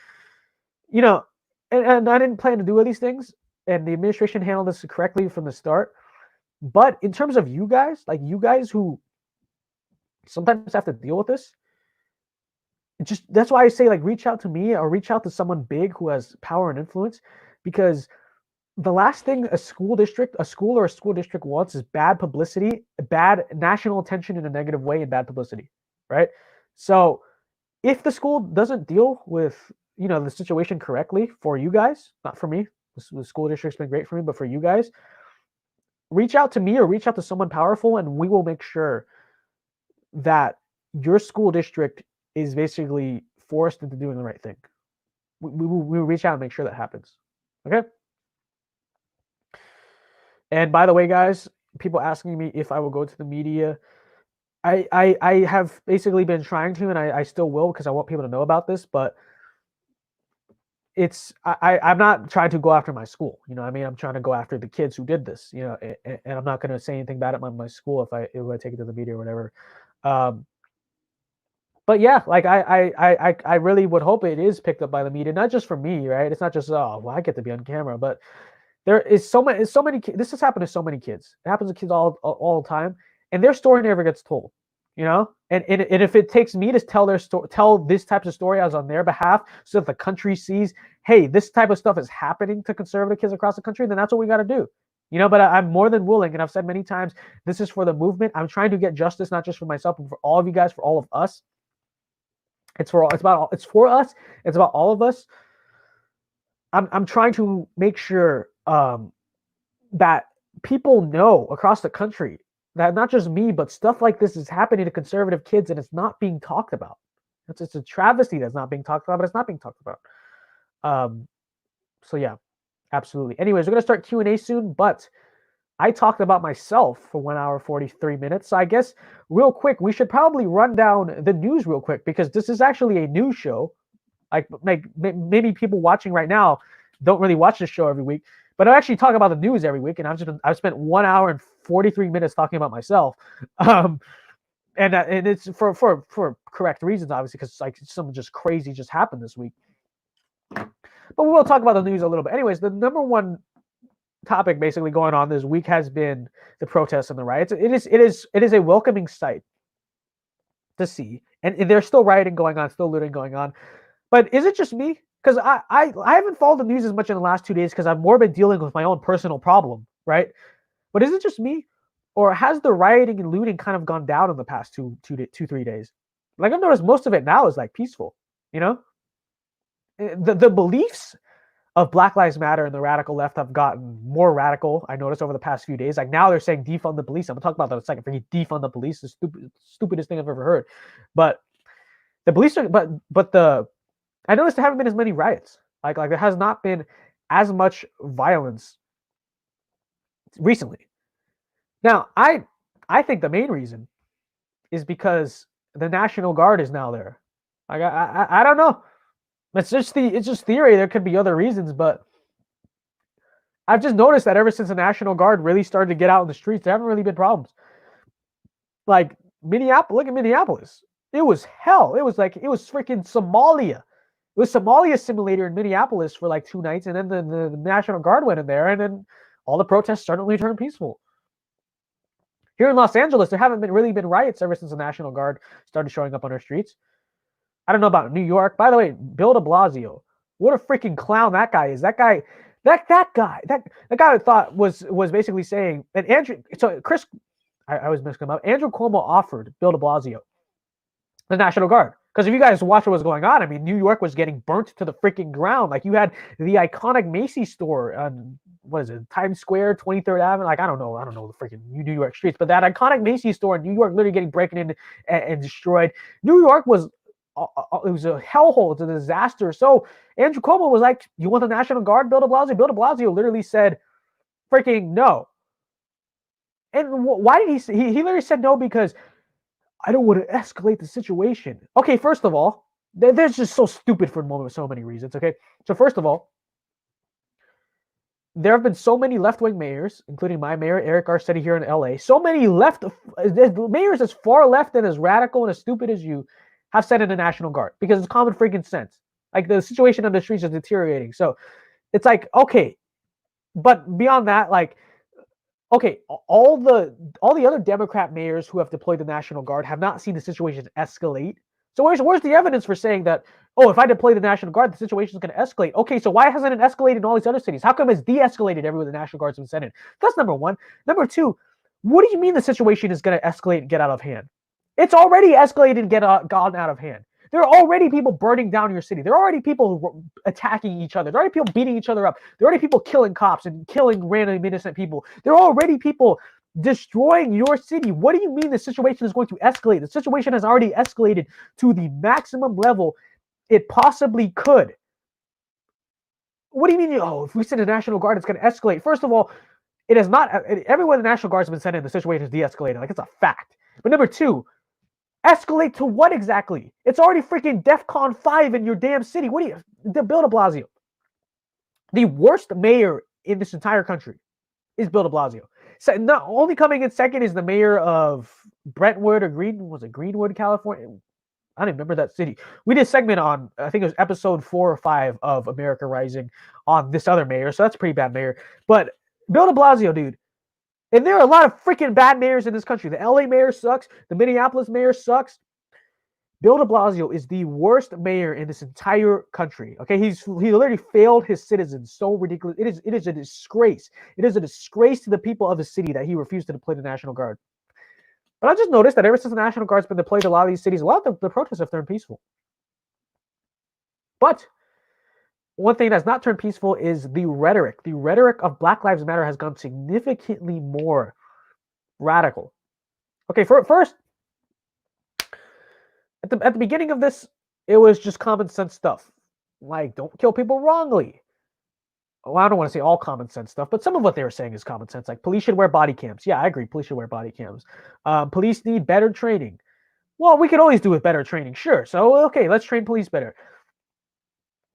But now it's just gone out of hand, okay? You have defund the police. This is their main argument now. Defund the police. These are the stupidest, this is pure stupidity. What do you mean defund the police?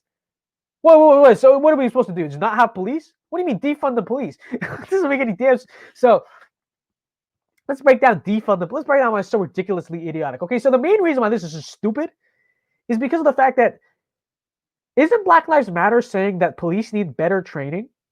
Like, they need to be trained more, vetted more, all this stuff. They need better training. Okay. That's fine. Do you realize that in order to give cops better training, you have to put more funding toward their training? You have to give more money to police departments so that they can give better training?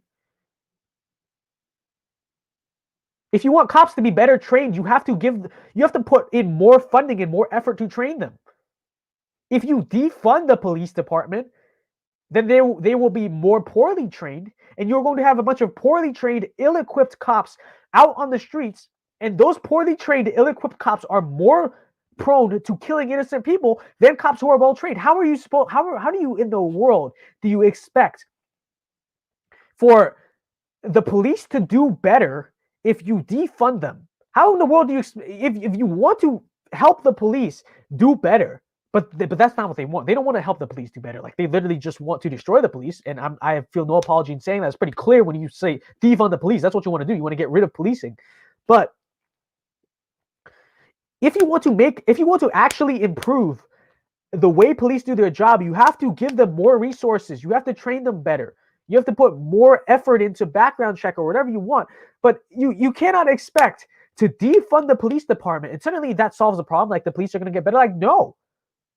It doesn't make any sense. If you want cops to be better trained, you have to train them better. In order to train them better, you have to give them more money to train. You have to give police departments more money to train the police. If you strip their funding, then they're going to be more poorly trained and they're going to kill more innocent people. Just straight up. It's stupid. But beyond that, cops are public sector employees. I thought the far left was all about that private union energy. I mean, that public union energy. Like, we got to support public unions. We got to support public union workers. Government employees don't get paid enough. Because they're always talking about, hey, teachers don't get paid enough. Firefighters don't get paid. All these people don't get paid enough.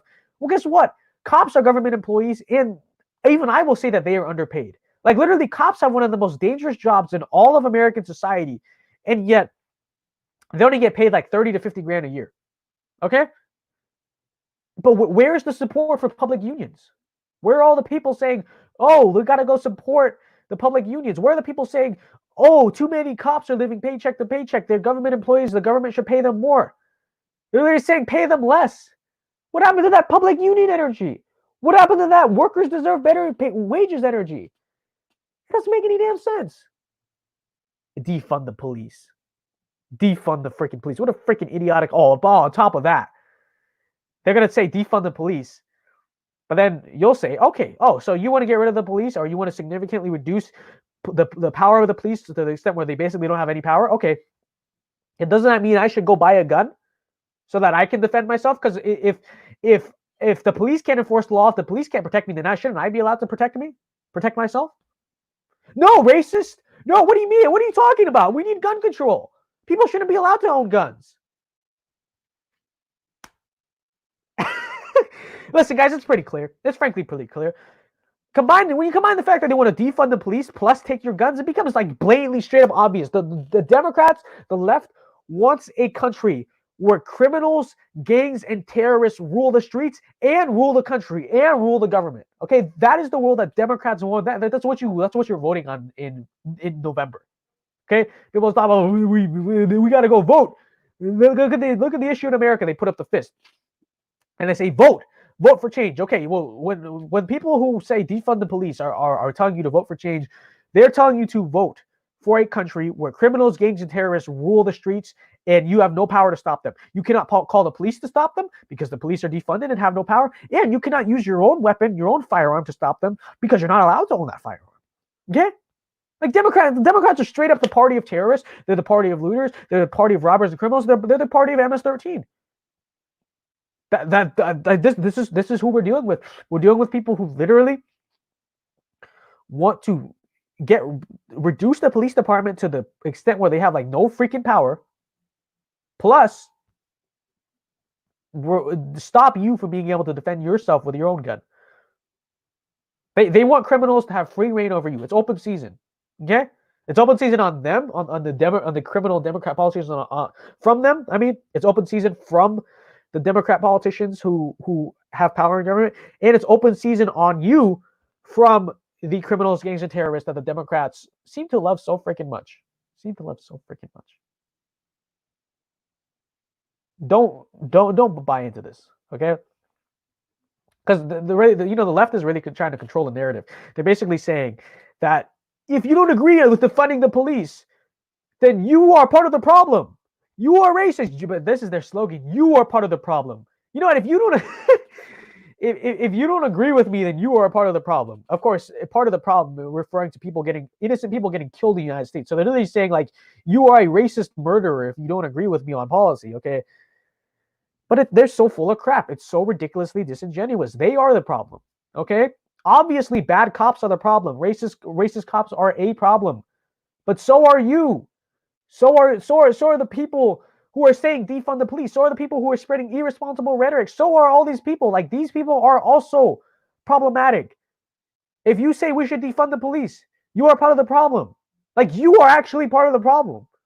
Because what you're saying literally makes no sense, and you're treating it as like objective fact that what I'm saying is right. Like, what I'm saying is right is not just, that's my opinion. Like, it's right from an objective standpoint. Like, you are a racist if you disagree with me. Like, no. It doesn't make any damn, like, there's literally, like, okay. But you have this other claim they're making. By the way, I heard Minneapolis. You guys hear about this? Minneapolis is literally going to get rid of their police department. And they said replace it with something that's like better for public safety or whatever. What?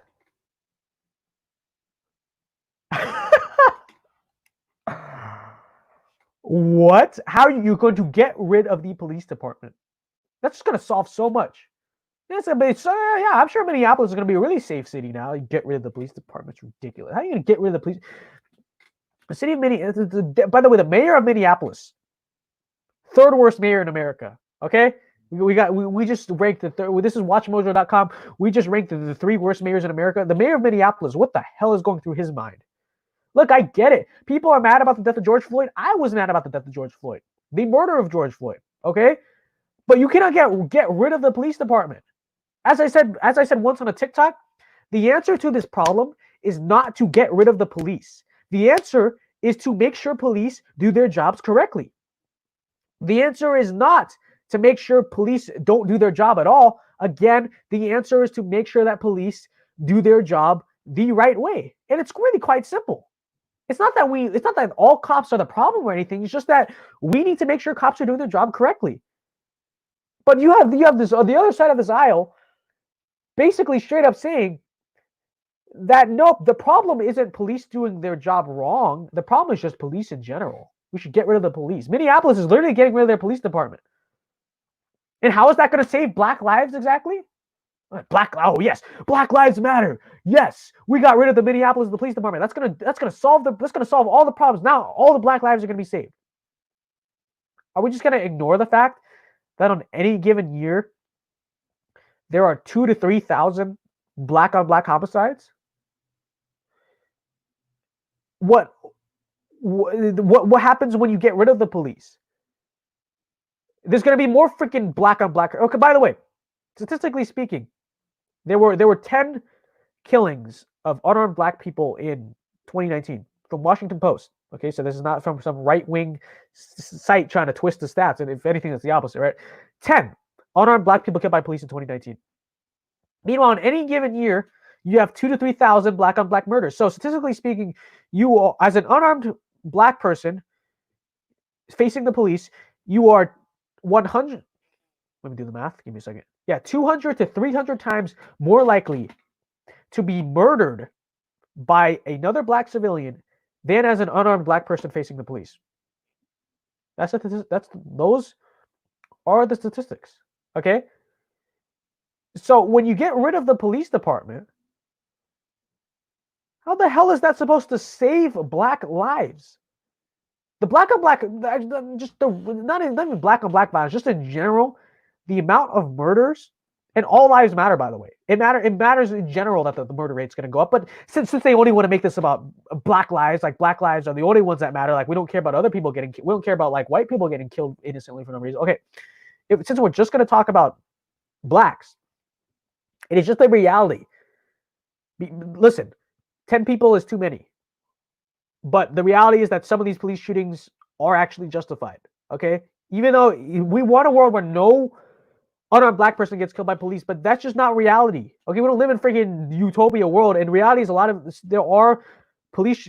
Just being unarmed doesn't mean unjustified. Okay, but the reality is just in general, 10 unarmed black people out of 42 million black people in this country, 10 unarmed black people killed by police.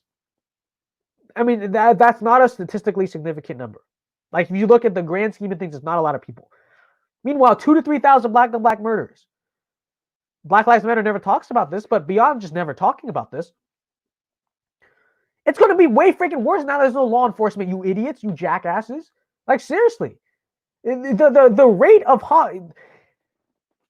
the biggest threat in terms of other humans to black lives is civilians, specifically other black civilians. Okay, not law enforcement. So when you get rid of law enforcement, the biggest actual threat to black lives is literally just made 10 gazillion times worse. And that's where that's where we're headed. That's where we're headed when these people, because a lot of these defund the police people have won. Like Minneapolis literally getting rid of their police department. Yeah, I sure wonder how how the black homicide rate is going to change after that. Oh, you know, it doesn't take a rocket scientist to figure it. It doesn't take a rocket scientist to figure it out. Put it in the chat right now. When Minneapolis gets rid of their police department, what is going to happen to the black on black homicide rate? Tell me. I'm going to pretend to be dumb. Like it's not just ridiculously obvious in front of your face what's going to happen. Okay, when you freaking get rid of the damn police, we're just gonna ignore the fact that there's literally like gang violence and all this type of just random murders that happen, and the police, there's not even police to freaking stop it. Are you freaking kidding me?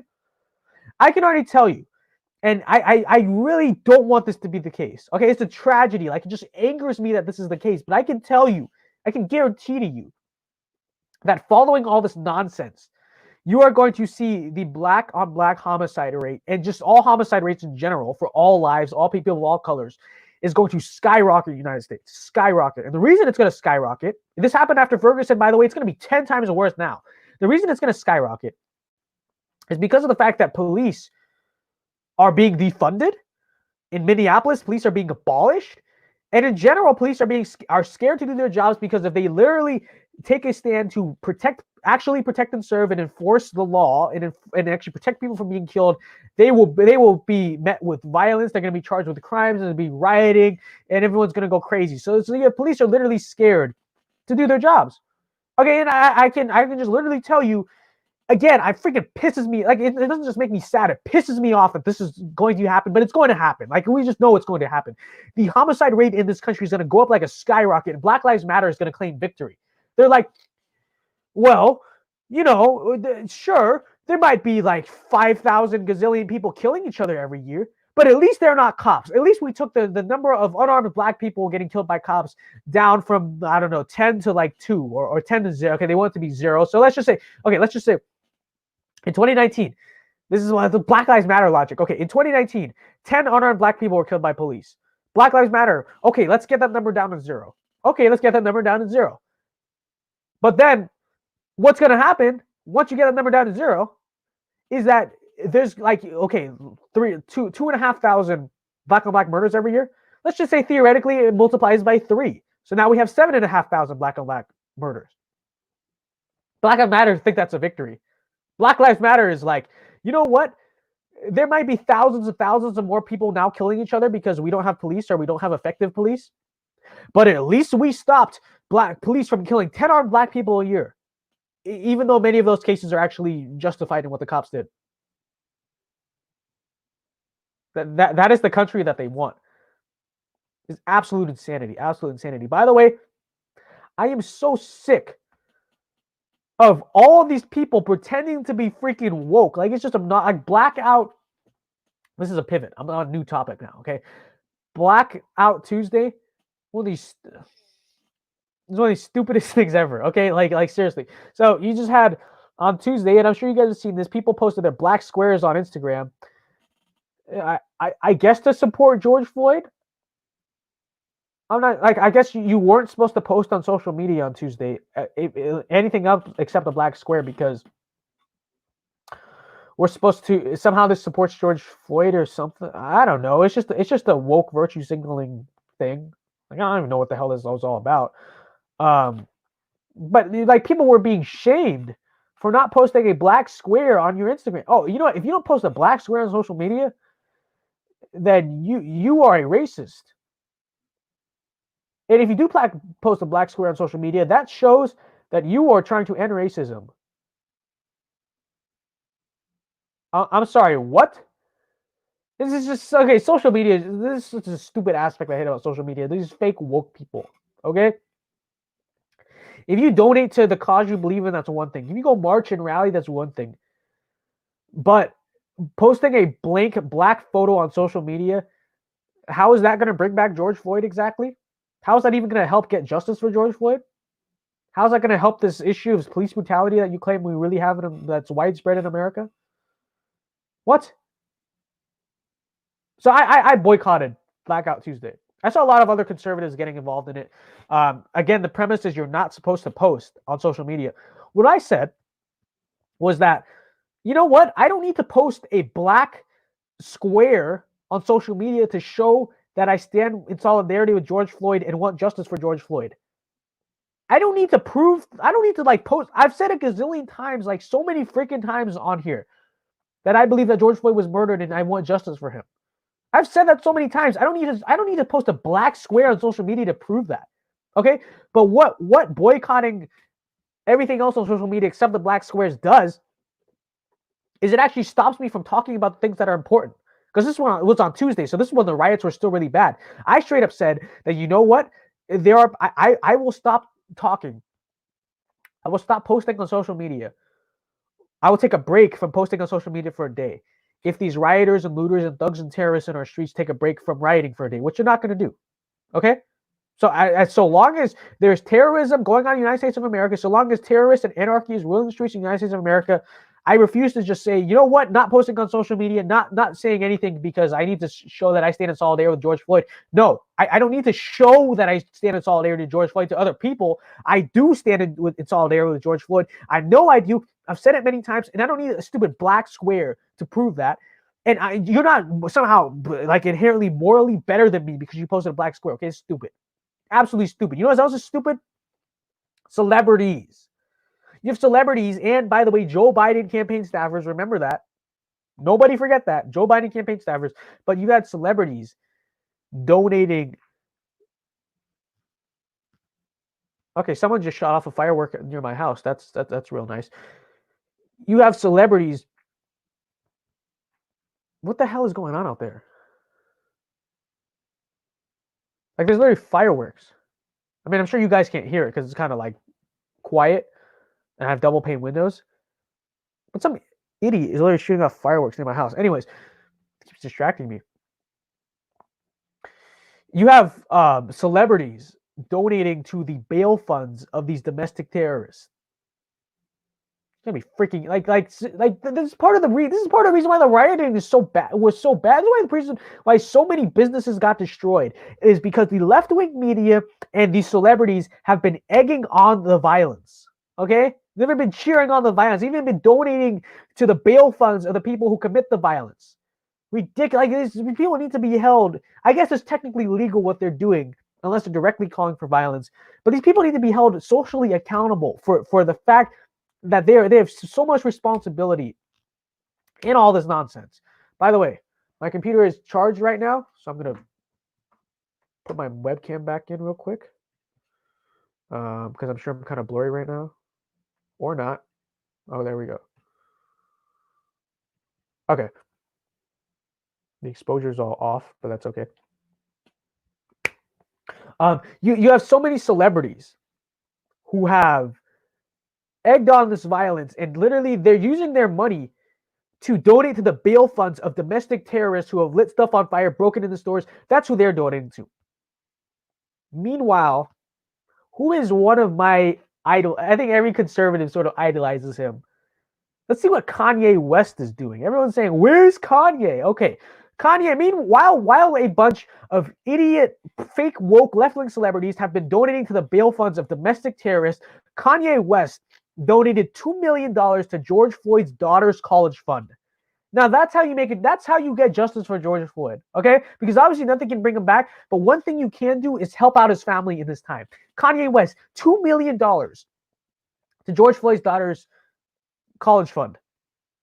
And meanwhile, you have all these other celebrities just donating to the bail funds of domestic terrorists. You know what? Kanye West is a real one. Kanye West has really showed by where he's been spending his money that he actually cares about justice for George Floyd. These celebrities don't. Okay, they just want to encourage domestic terrorism and violence on our streets. They are absolutely insane. They need to pay for what they've done in their role in encouraging all this domestic violence. But thank you very much, Kanye West. Thank you, Kanye. Very cool. Okay. And by the way, I listened to a lot of Kanye after we won this battle with the doxing and the harassment.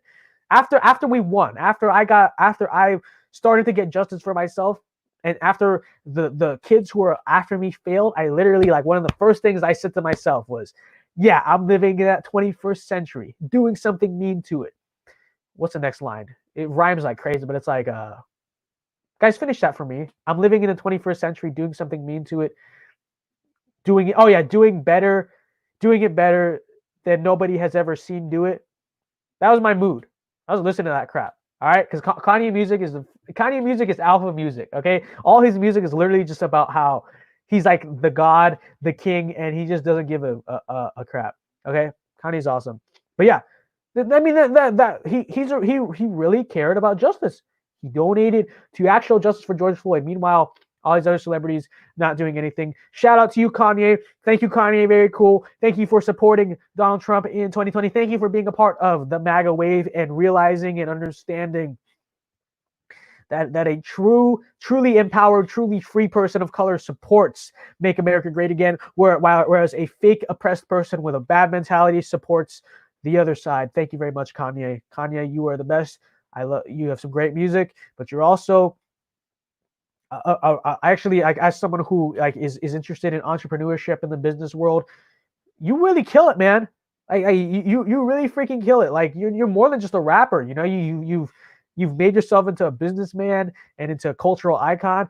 Thank you, Kanye. Very cool. Okay. Now I just hope you do to Joe Biden at one of his rallies what you did to Taylor Swift. Okay, just get on the stage, say, you know what? I don't think Joe Biden should speak today. I think it should be my man Donald Trump. You should do that, Kanye. I'm joking, by the way. Don't really interrupt one of his rallies. But yes, thank you, Kanye. Very cool. You are a real one. Anyways, guys, so that's gonna wrap up the news and what happened this week. So we'll start the Q&A right now. I'm gonna start scrolling up. Guys have been saying in this chat, and we'll be going over to them, and we'll talk for about 20 minutes or so. So let's do this. Oh snap! Wait, I can't even scroll all the way up for some reason. Okay, that sucks. Because I was trying to. I know I said to put questions in the chat, like around 7, and I can't scroll up past 9:03 p.m. So if you guys had questions or you guys were asking questions before, they unfortunately have disappeared. But leave them again. Put them in the chat right now, and I will answer them. We are going to talk. Take the red pill. Hey, listen, Elon. We got here's listen. Here's what he got. We have more or less have got on our side. Okay, we've got Kanye West, Dave Portnoy of Barstool Sports, Elon Musk. That's all you need. I mean, those are like the 3 biggest alpha male celebrities, the biggest alpha celebrity, the great. They are the goats. They are the goats. That's all we need. Screw these other celebrities. Screw Alyssa Milano. Who cares about Melissa Milano? Like, who cares about her? Okay, we have the ultimate alpha male chads on our side. I've got a question. Why is Black Lives Matter so dismissive of All Lives Matter? Because All Lives Matter, the slogan, actually challenges the premise of the Black Lives Matter movement. By the way, the premise of the Black Lives Matter movement is wrong. But they are so, it angers them so much when you say that, because I think to an extent, like they might not even realize this, but deep down they know that a lot of their narrative is disingenuous. You know, that like cops are singling out African Americans. There's not really actual statistical proof to prove that, right? It happens in some cases, but as a systemic problem across America, it really isn't. But they're so dismissive because All Lives Matter will bring up stuff like, hey, you guys say Black Lives Matter, but what about all of the white people killed by police? What about the black on black murder rate, which is insane? Like what? Like All Lives Matter will say common sense things like, okay, listen, what you guys are doing, okay, well, good on you if you want to protest, but why aren't you here every time black people kill their black people in Chicago or Detroit or wherever? Like on Memorial Day weekend alone, there are 50 people who were murdered in Chicago. And where was Black Lives Matter? Where were they? 50 people murdered. That is 5 times as much as unarmed black people killed by police in 2019. 50 people in Chicago alone. Where's Black Lives Matter? You know, if you want to call your movement Black Lives Matter, then you need to take a stand for all black lives. That includes babies in the womb, black babies in the womb, like half of them or something get killed by abortion. But okay, you don't think you disagree with the science. You don't think a fetus is a human life, whatever. But you're an idiot. But okay, let's not talk about abortion for a second. What about black on black freaking homicide? 2,000 to 3,000 black people killed by other black people on a given year. Black Lives Matter doesn't care. They don't stage. I'm not seeing one single protest. All right, I want to see one Black Lives Matter protest in Chicago, Detroit, South Central Los Angeles, Upper East, Lower East Side of New York, where I've not seen one Black Lives Matter protest on any of this gang violence. Okay, any of this black on black violence, any of these other problems. They single in on what is actually a very statistically small issue: white people killing black people, cops killing black people. I'm not saying that we should not talk about these issues and discuss them and have open and fair discourse on them. But if you're going to say Black Lives Matter, you need to really take a stand for all the things that are killing black people. And if not all the things that are killing black people, at least the most significant things that are killing black people. Okay, and the reality is that black on black violence is statistically a far 200 to 300 times more of a threat to black people in this country than police killings are. It's just, that's not my opinion. It's not, I feel like, no, black on black violence is more of a threat. No, it's not my opinion. It's a statistical fact. We collect so much data in this country. Okay, we don't have to speculate. It is statistically true. As a black person, you are far more likely to be killed by another black civilian than you are by a cop. So why doesn't Black Lives Matter care? They're full of crap. Black Lives Matter. And look, there's some people who everyone agrees with the statement Black Lives Matter, but in terms of Black Lives Matter, the movement, they should really just rename their movement to, I don't know, something about cops. Because I mean that's really what it is. Just like defund the police. At least call your movement defund the police. Call your movement ACAB, all cops are bastards. Because that's what it has become, or I think that's what it always was. Again, the statement Black Lives Matter is an inherently good and true statement, but the movement surrounding it, and the movement that has taken up that name, really does not take a stand for Black lives. Okay, that's the bottom line. They will riot and go crazy when black people are killed by police. And in some cases, like, yes, they should go crazy and they should be very angry. I don't think they should riot, but they should be very angry. But where's that energy, sis? All right, where is that energy? Where is that outrage when black people kill other black people? It's absolutely ridiculous. Absolutely ridiculous. Anyways, on the next question. How do I help my friend who are speak to speak out because they see what happens to me when I speak out, my conservative views? You know what? Just speak for them. All right. If you can't get them to take a stand with you, then take a stand for them. All right. Like you gotta stand up. Like there's some people who are scared, the vulnerable. They feel vulnerable. They don't want to do it. You got to take a stand for them. You got to take a stand for those who can't. But if you want them to speak out, I mean, really, you just got to make a motivational speech. Like, guys, we got to do, just try to make a motivational speech. You can copy my alpha male, alpha moves only thing about how you cannot let the left win, all that type of stuff if you want. I mean, you're more than willing to plagiarize that from me. I don't care. But, I mean, really, you just got to inspire them, to give some patriotic message, say like some stuff about how it's like, we need this. This is about our future. You got to be a patriot, an American. Who cares about them? You don't want to be their friends anyway. Stuff like that. But yeah. Dow, if the left give you flack, I got your back. Thank you. Thank you, Ryan. I got your back too. We all got each other's back. All right. We all got each other's back. And we have to all have each other's back because, I mean, especially now, you literally have, I should point this out. The kids at my school who harassed me and doxed me, you think that just came out of nowhere? No, they've seen all over on Twitter, and even a lot of like verified high-ranking left-wing pundits have straight up said like, we need to expose the racist. We need to make the people who disagree with our cause need to be shamed and exposed. And hell, some of them even said go punch the racists. Like we need to punch the racists or destroy their homes and all this stuff. Okay. Now, of course, obviously by racist they don't actually mean racist. They just mean people with right-wing politics. Okay, but it's like that. I know for a fact that the kids who did all this stuff to me were inspired by this rhetoric, this irresponsible rhetoric from powerful people in media, this irresponsible rhetoric that has defended or should have incited violence, this irresponsible rhetoric that has suggested that people who disagree with left-wing politics deserve to have their lives ruined and need to be targeted, need to be harassed and physically attacked. It's like I know where the sentiment came from. These kids just make it up themselves. They were told by people who they supposedly look up to and view as righteous. They were told that you need to basically expose and ruin your political opponents and they try to justify that to themselves as they are is because they're racist, but that's clearly not true. They're full of crap. In fact, many of the ideas they themselves are pushing are racist. Okay, not only to like the other races, but straight up, a lot of the ideas that these people are pushing are going to destroy Black lives and Black communities. Okay, just straight up. And last week's show, I literally broke down why this is true. Okay, the reality is, they will literally just call us racist and say, you know what, it's okay to dox them because they're racist. It's okay to harass them because they're racist. But they're not racist. They are devaluing actual racism, which in itself, in a way, is kind of racist, because when you devalue actual racism means to be heard and talked about gets drowned out. Bottom line.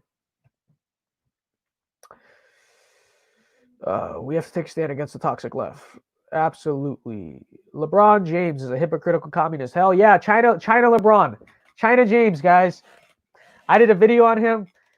Man, I got some flack for that. Oh man, people were pissed at me. I know you guys got my back, but people don't like it. I notice people don't like it when you call it LeBron. LeBron or Colin Kaepernick.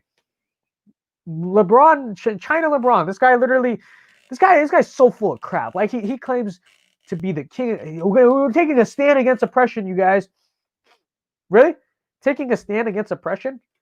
Is that why you call the Hong Kong protesters uneducated and ignorant? So full of crap.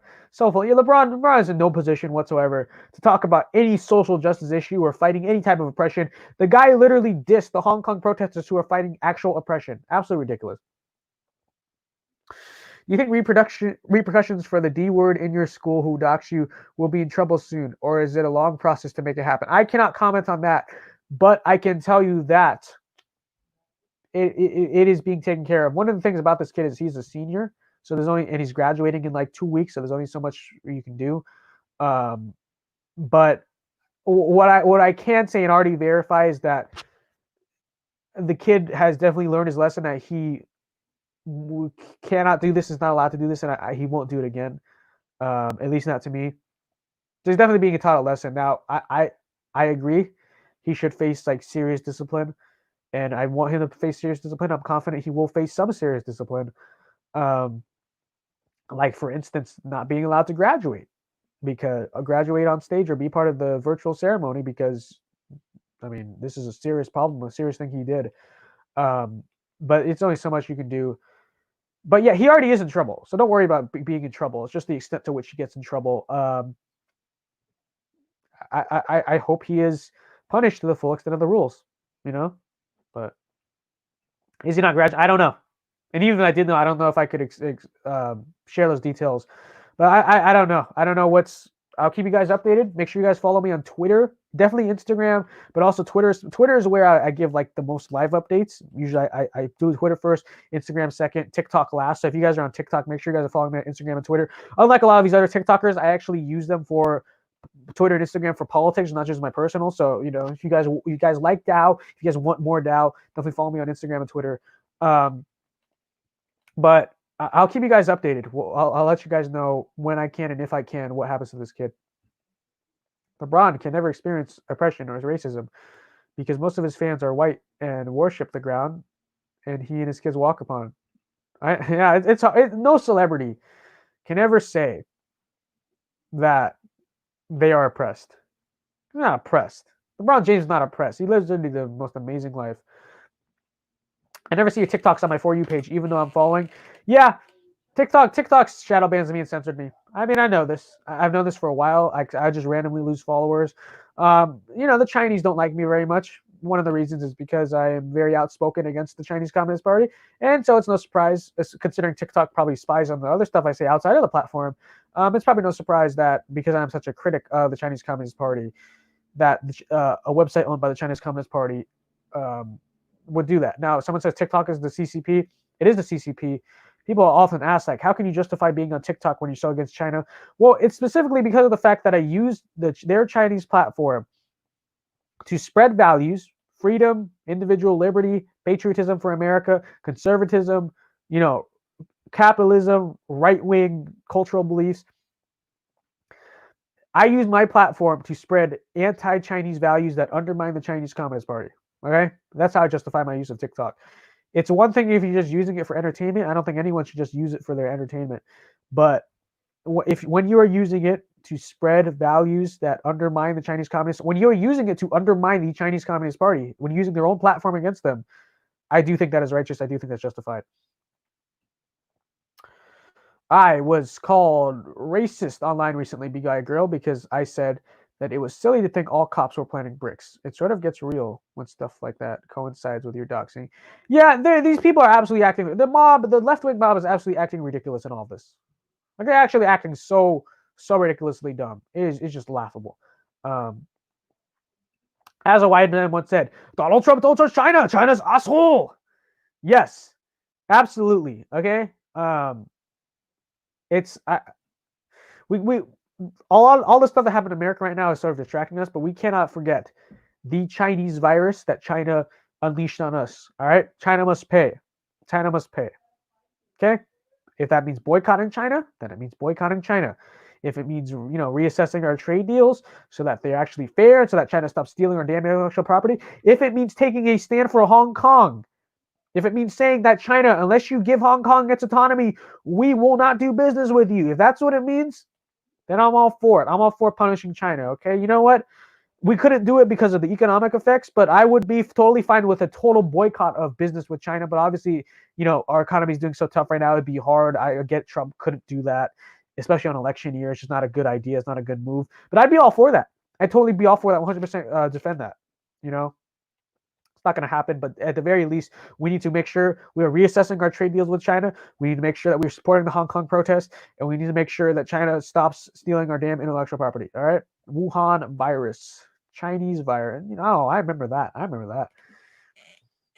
People were like, you support this is part of the mob, by the way. The mob that was after me. This was like last week. They were saying you support Trump. How could you do that? He's racist. And I said, okay, well, name how he's racist. He called the coronavirus Chinese virus. How could you support that? You're Asian. I was like, what? So somehow Asians aren't supposed to recognize geography? Somehow Asians aren't allowed to call out authoritarian governments? Like, I'm sorry. This Chinese virus stuff, I absolutely support the use of the term Chinese virus. Okay? Because even Trump said himself, when he started using it, he did not use the term to call out Chinese people. Okay, and that was pretty clear. He's not calling out the ethnicity of being Chinese. He actually said it because of the fact that China was spreading a false propaganda lie that the virus originated in the United States. And so Donald Trump was just putting emphasis on the fact that, hey, it is a Chinese virus. That's why he was using the term Chinese virus. And for that, and for calling out the propaganda of an authoritarian, communist, murderous, dictatorial government, we are racist. Well, I'm sorry, I'm not going to deal with it. Especially as an Asian myself, I will not stand by and support or make apologies for a government that has killed millions and millions of Asian people. Okay? So if you want to bring up the fact, well, you're Asian, why are you okay with Chinese virus? Well, how about if we want to play this identity politics crap? I support using the term Chinese virus, especially because I'm Asian, because I want to call out and be against governments that oppress and murder millions of Asian people. Bottom freaking line. China has I love this comment. China has two viruses, both start with a C. Exactly. Coronavirus and communism. Both viruses. Communism has killed more. It will kill more than coronavirus ever will. But yes, definitely. Fantastic comment. Top comment of the whole stream right here. Hey, I have a new Republican. I was wondering if you have any advice for me. You're going to USC next year to study acting. Wow. USC, very nice. Actually, USC is one of the schools I hope to get into. Obviously, I live in LA and stuff. And to study acting. And I'm worried that many of my... Come on, man. You're studying acting? Listen, USC, that's great. But unless you're on a scholarship, my guy, don't study acting. All right, you don't need to go to school to. Okay, I don't want to insult your major or anything. Okay, but I'm just let me say this. Okay, don't take this personally. But like, come on, man, you don't need to go to school to study acting. If you want to act, you go act. It's an inherent self-taught skill. You don't need to go to school for it. But the reason I also bring up the fact that acting is sort of not a good major is because it is going to be very left-wing. Holy crap, show business, dude, freaking show business. It is left. Chevy says acting is definitely epic. What I'm saying is that it's just my personal opinion that you should not spend USC tuition, which is like 60 grand a year. You should not spend that much money majoring in acting in school because you don't need a degree to be an actor. You know what I mean? You just go act. Like it's one of those jobs. Like you don't need a degree for it. It's like political commentary. Like I can't just go to like I want to be a political commentator, right? I want to have my own like news show on like Fox or Daily Wire or whatever. Like, oh, so I want to be one day, right? But I don't need to go to school and major in that. Like you don't go to school to learn that. Like no, you just pick it up and do it. You know what I mean? Like I just don't. But anyways, acting. I don't know, man. But honestly, if you want to be an actor, you're in a tough position. Like I just think you need to keep your opinions to yourself because I mean, people in show business, my gosh, like the acting people, drama people, they're the most leftist of them all. They're the most intolerant of them all. I just honestly, you just have to keep your mouth shut. Like really try to keep a low profile. The second people find out that you are a conservative, your career's done. Your career's done unless you've made it to the top. By then, your career's done. But good luck at USC. Fight on, okay? Congrats on getting in there. Definitely. Like it's my advice that you should change your major, especially if you want to be an outspoken conservative. But good luck. Honestly, like you might have to sort of just stay silent. But yeah, definitely good luck. Congrats on getting into USC, by the way. Fight on. Do I have USC stuff in this room? Actually, I do. See that hat? Right there? That's a USC hat. Yes, Cobra Kai, best show. You should call it Kung Flu. Speaking of Kung Flu, you guys see the press conference today? I don't know if you guys saw Trump's news conference today. By the way, the economy, holy crap. It was a surprise to everyone. I don't know if you guys heard about this, but the U.S. economy added 3 million, 2.5 to 3 million. Was it 2.5, 3 million? 3 million. I think, okay, I'll say 2.5. I forgot. I think I'll just go 2.5. 2.5 million jobs in May. It was projected to lose 9 million by the experts. By the way, the expert class. All of Trump's presidency has basically proved that the expert class does not know what in the world they are talking about. Everything. They've been wrong on everything. Not just with coronavirus or the economy. Everything during Trump's presidency. It's always like, Trump is doing this and it's going to backfire. Experts say why this is wrong. Experts, you'll see. The stupid New York Times and stupid CNN still runs headlines. This is how you make it. You can project a New York Times headline. By the way, whatever policy that Trump is working on, just say Trump's policy to blank, comma, or Trump's policy to blank is going to go wrong, comma, experts say. It's always like the experts say Trump is going to be wrong. They're never right. Okay, the experts said the economy is going to lose 9 million jobs. It actually gained 2.5 million. You cannot stop the Trump economy, shutting down the entire economy, everything going out of business. The Chinese virus still cannot stop the momentum of the Make America Great Again Trump economy. We kick ass, guys. 2.5 million jobs added in May. Insane. And it's only going to go up from here. I mean, the riots definitely are going to have more problems and it's like ridiculous. Like I think the left is literally just trying to destroy the economy. But, well, I don't think, I know. But it's like you cannot stop this roaring economy. It is absolutely freaking crazy. Liberals are absolutely crying because it's like, dude, the experts have been so wrong. The experts were wrong about all the coronavirus predictions. The experts were wrong about the economy. The experts are wrong about everything. Experts say this, experts say that. We are learning that the unelected expert class in our country of political science professors, economists, and psychologists, they don't know what they're doing. They don't know what they're talking about, and they are wrong on everything. They do not understand common people. They don't understand the forces that drive America. They are just as clueless as average Joe on the street. So they really need to stop acting so elitist. Like they know everything, or they're not experts on a damn thing. They're just as clueless of what is going on in this country as you are. In fact, you may have a better idea of what is going on in this country because you actually have common sense and they don't. Okay, a lot of these issues is like, oh, well, I made this model and this is wrong, and Trump's and the experts say the experts have been wrong so many times in Trump's presidency. I hope now that their credibility has been ruined, no one will ever trust this expert class ever again. They don't know what they're talking about. They don't know anything about America. They don't understand American people. Okay? Connor says, Cobra Kai fan Connor, we're Cobra Kai buddies. Vince, you have inspired me to want to be a political commentator. Go out and do it, man. Chase your dreams, man. This is my dream. I've just been chasing it. Okay, I didn't sit around and wait for some opportunity. I've just been starting doing it. It's been awesome. What do you think that these people saying coronavirus is caused by these 5G towers? I'm sorry, that I can't get on board with that.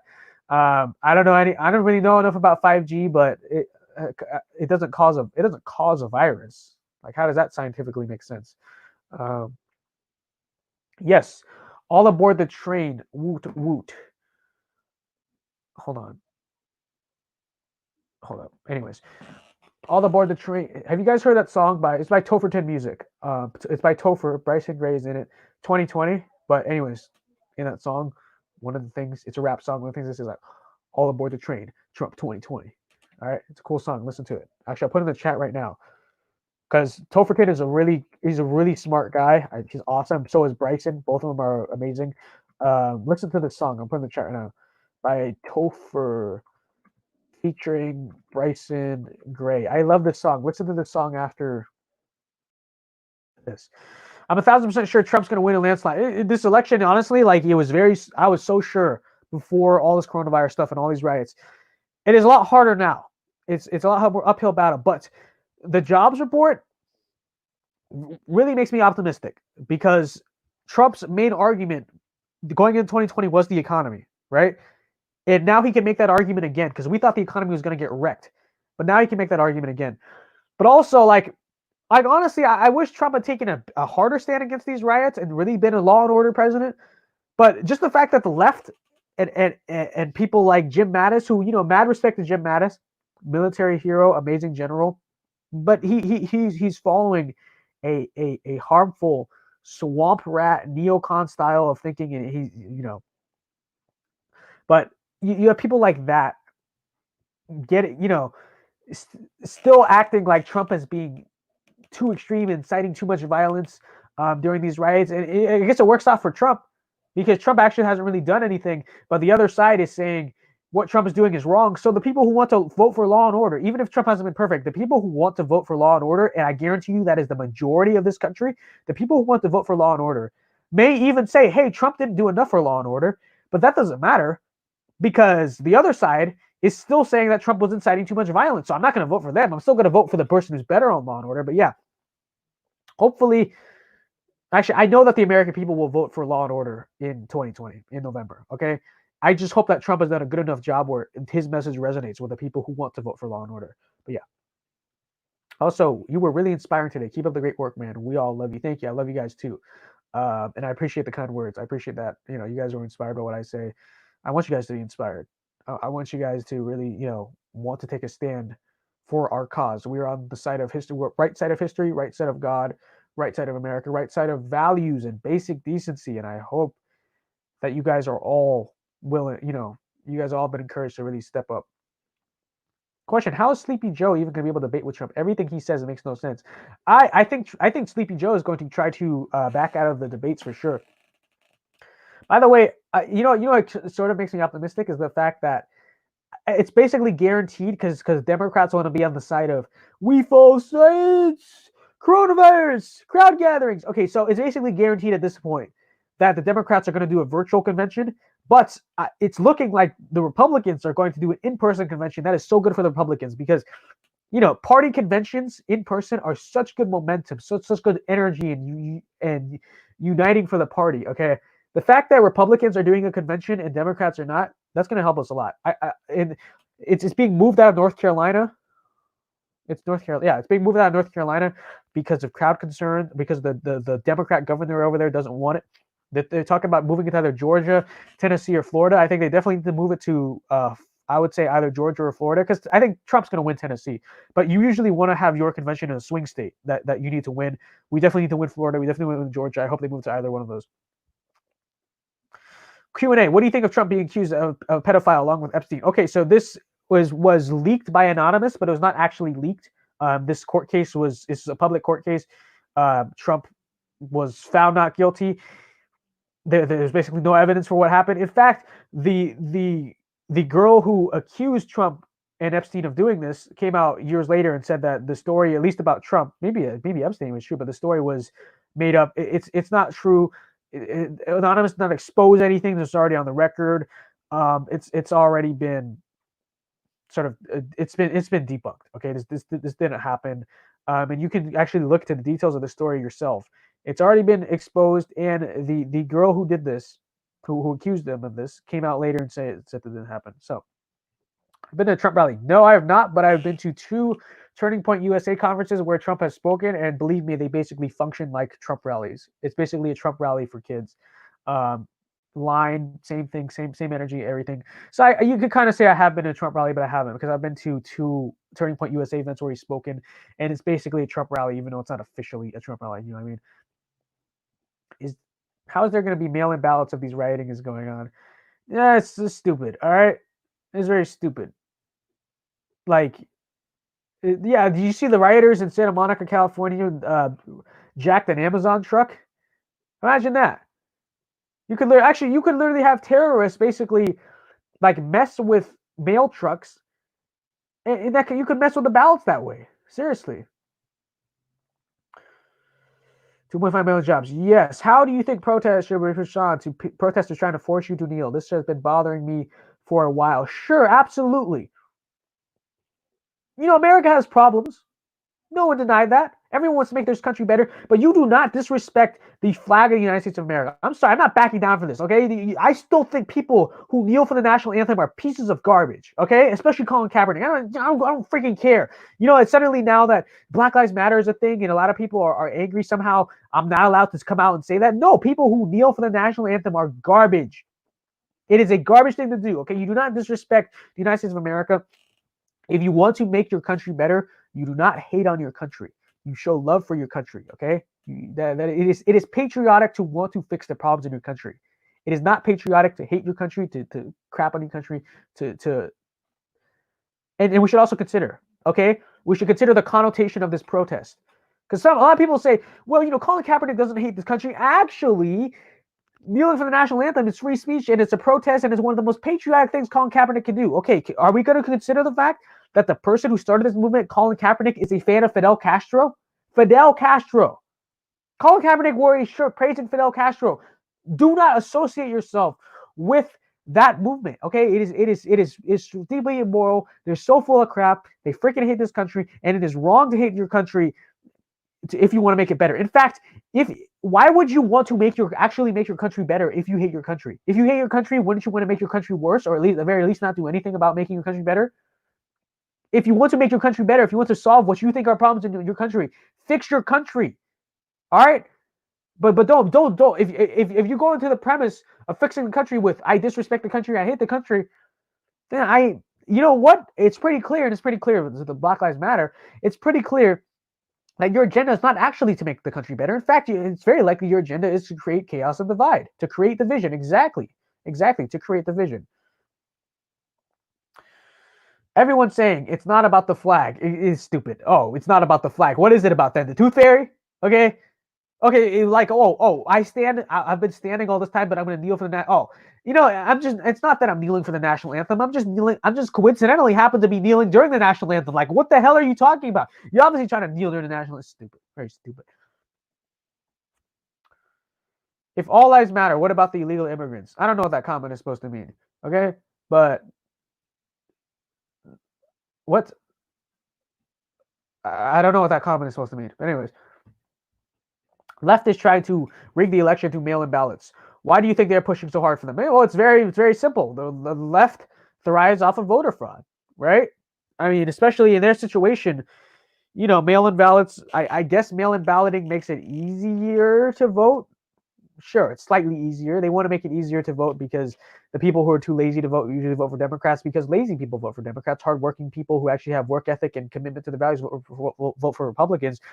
But it's also that, like, they can ballot harvest, and ballot harvesting is like literally no way to verify that, that the votes are actually being counted accurately. It's also that there are so many people in this country who are going to be afraid, because when you're you protect the secret ballot when you vote in person. But there are a lot of people, it's like, okay, if you're voting in your house and family members are around or whatever, like your parents or your kids are around, a lot of people are going to be like, who are you voting for? And people can literally influence who you vote for. Like, you can really sit down next to you and tell you, oh, vote for this person, vote for that person. It can be very easily influenced. Oftentimes it goes in the Democrats' favor. And yeah, Democrats basically want to make sure that people like illegal immigrants are able to commit voter fraud, and they want to make it. They know that the more ballot, they know that's easier for Democrats to commit voter fraud than Republicans, because Republicans actually vote honestly. Bottom line. All right. Anyways, I'll look at a few more comments. This was a very long stream, and I didn't even have any guests or anything. Like, I've just been talking for. So we'll take out the countdown. I've been talking for 2 hours 35 minutes. My voice hurts, but I'm actually fine.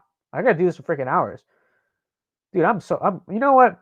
People at my school, okay, you guys all talk all this trash about me. You couldn't do this.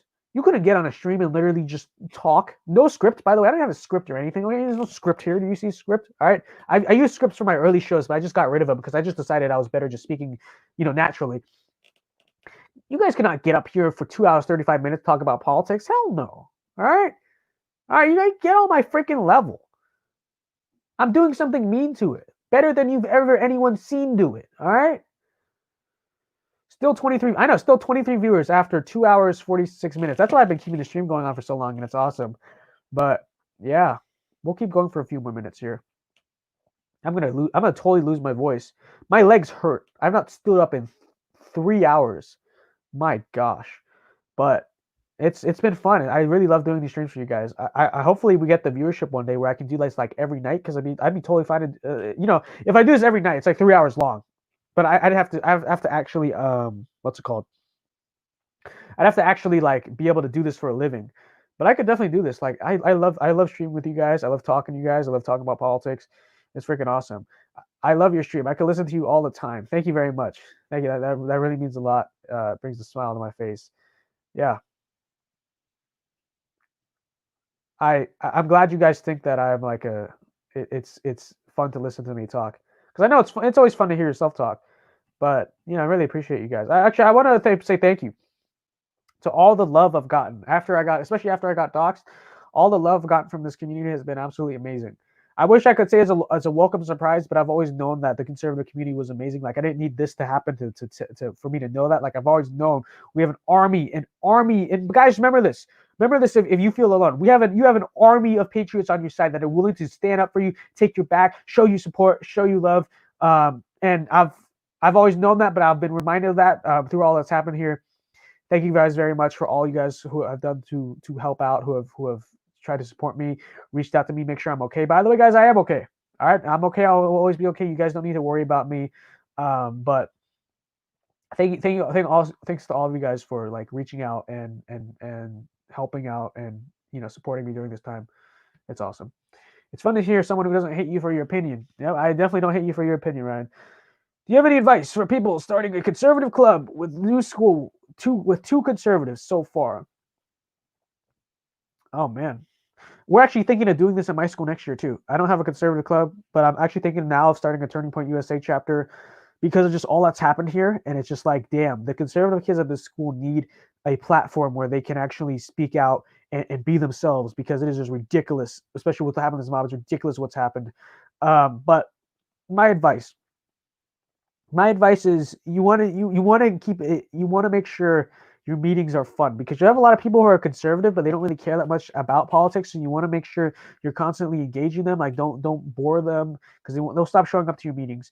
One thing you definitely can do is have a debate with liberal kids. People will show up to watch that. You'll always get good attendance at your club, and people will keep coming back. But definitely, like, just make sure you're once you get your members, make sure that whatever you're doing and meeting as a club is sort of entertaining. Like, don't just be so boring all the time. Like, just have fun. You want people to make sure they're enjoying it. People like you make me more confident in our country. Well, thank you very much. People like you make me confident in our country too. People like you who give me the support. Thank you very much. We are definitely a community. We are the community that will save America. All right. Because you have the other communities, they're burning the American flag and calling it patriotism. Yeah, we're definitely the community that is going to save this country. We got to stick together. We got to do it together. I want to start TPUSA chapter at my high school, but I don't know if people will want it. Well, that's been my logic this whole time too. Is I don't know if enough people will want it. But a friend of mine is basically saying like, okay, I'm gonna try to gather people. We'll see if we can actually start this. If I can get enough people, I will. I'll be happy to start it. You know, but I always felt like, oh, I'm like the only kid who cares about politics who's conservative. But now with all this happening, you know, I just have to do it. Definitely. Damn, we got 22 freaking. So the stream started out with like 60 people, so you might be saying like, oh wow, only 22 people. No, 22 people for like a channel my size. Like this is actually a lot of people we still have on the stream. Usually by the end of the stream, I only have like, and the people who are there who watch these a lot, you know, will attest to this. Like usually by the end of my stream, I only have like 3-4 people still in the stream, and I talk to them. But we got 22 people in the stream. That's absolutely insane. You guys are the best. Ask me questions. Let's talk. Let's just have some fun. We're entering like the last 10 minutes of this stream, so let's just enjoy it. How do you start a TPUSA chapter? We have enough people. We just don't know how to start. Sure, actually, I can share my screen right now, and I'll show you guys. I actually don't like quite recall. Oh yeah, I gotta click. I gotta start a new tab.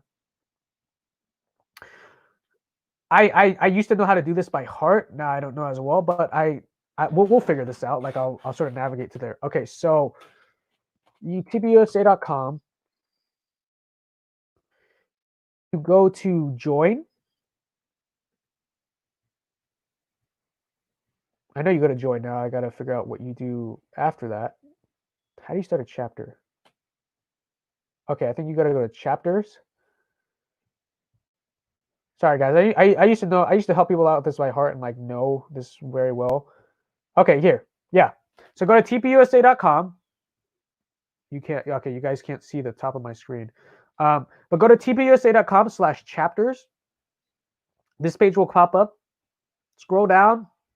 Start a chapter. And you know it's an application, and you'll be able to go figure this out and do this. So yeah, that's how you start a TPUSA chapter. Very easy. Actually, you can go to the link right here, tpusa.com/start-a-chapter. I'll put it in the chat. tpusa.com/start-a-chapter. One thing about Turning Point that I really enjoy, their links are very like self-explanatory. Like they have very good URLs and stuff. Like it's very easy to find what you need. But yeah, just go to tpusa.com/start-a-chapter and you will be able to start one.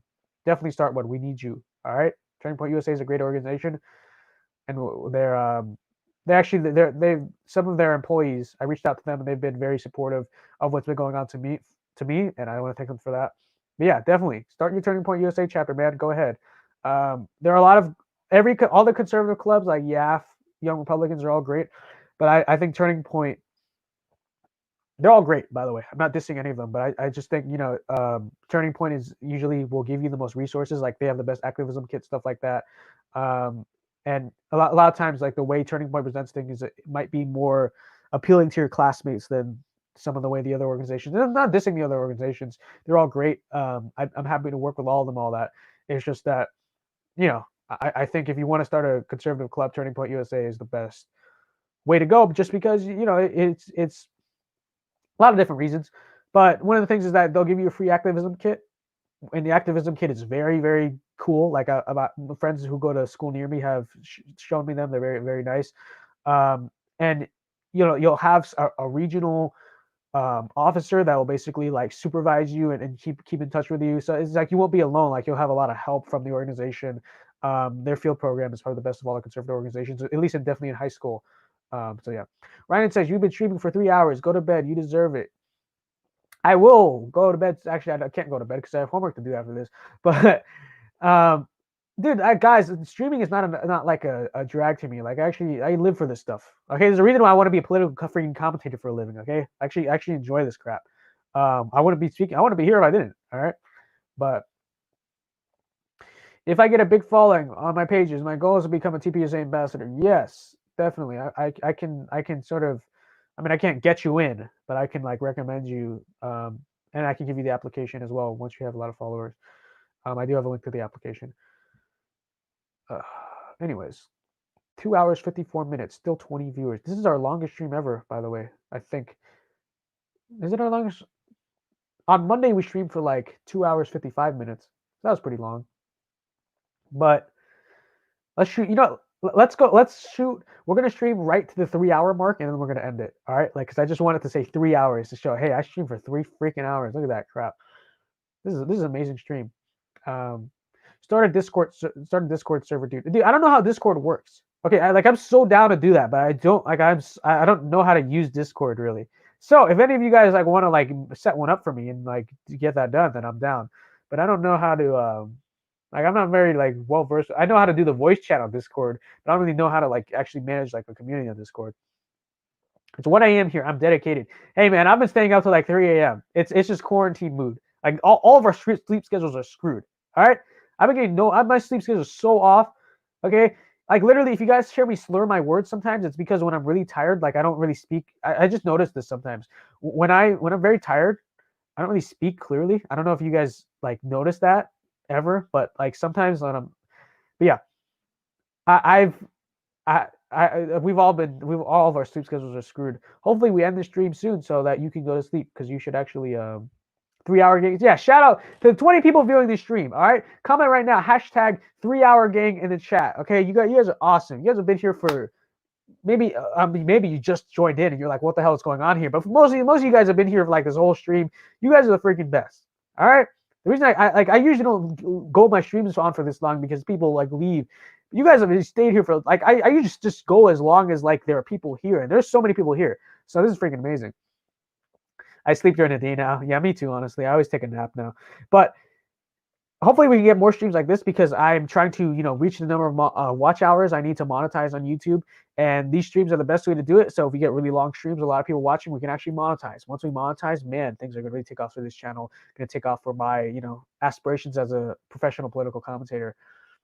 Yes, here we go, boys. Here's the 3 hour gang chain. 3 hour gang, 3 hour gang, 3 hour gang, 3 hour gang. Shout out to Actually, I should shout out the users. Chevy1, shout out to Chevy1. Shout out to Anna Lewis.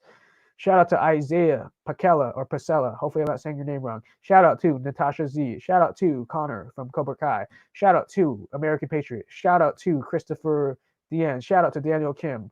Shout out to Grace Anderson. Shout out to Rebecca Bromberg. And shout out to Square Yo-Yo. It's kind of cool to see the beginning of a channel like this. Definitely see a good future for growth for your channel. The commentary, you deserve it. Thank you very much. We actually had this channel since like December, but yeah, thank you very much. Hopefully we can it's so hard to monetize on YouTube now. I already have the subscriber threshold, but it's so hard to get freaking 4,000 watch hours. It's so long. But yeah, OG gang. Shout out to the OGs. Got to get that cash money. Once we get that cash money, I can actually look into like starting this as a career, which is what I want to do. But obviously, like I gotta have a job, gotta support myself. So hopefully we can get monetized soon. That'd be great. Hello, Dallas Johnson. I recognize that name. What's up, Dallas? How you doing? YouTube didn't tell me you're live. Well, that's all right. We're ending in a few minutes, so you can just go and head on over, watch the full stream if you want. Give me the watch hours. I need the watch hours, Dallas. So even if you want to play it in the background, that's all good.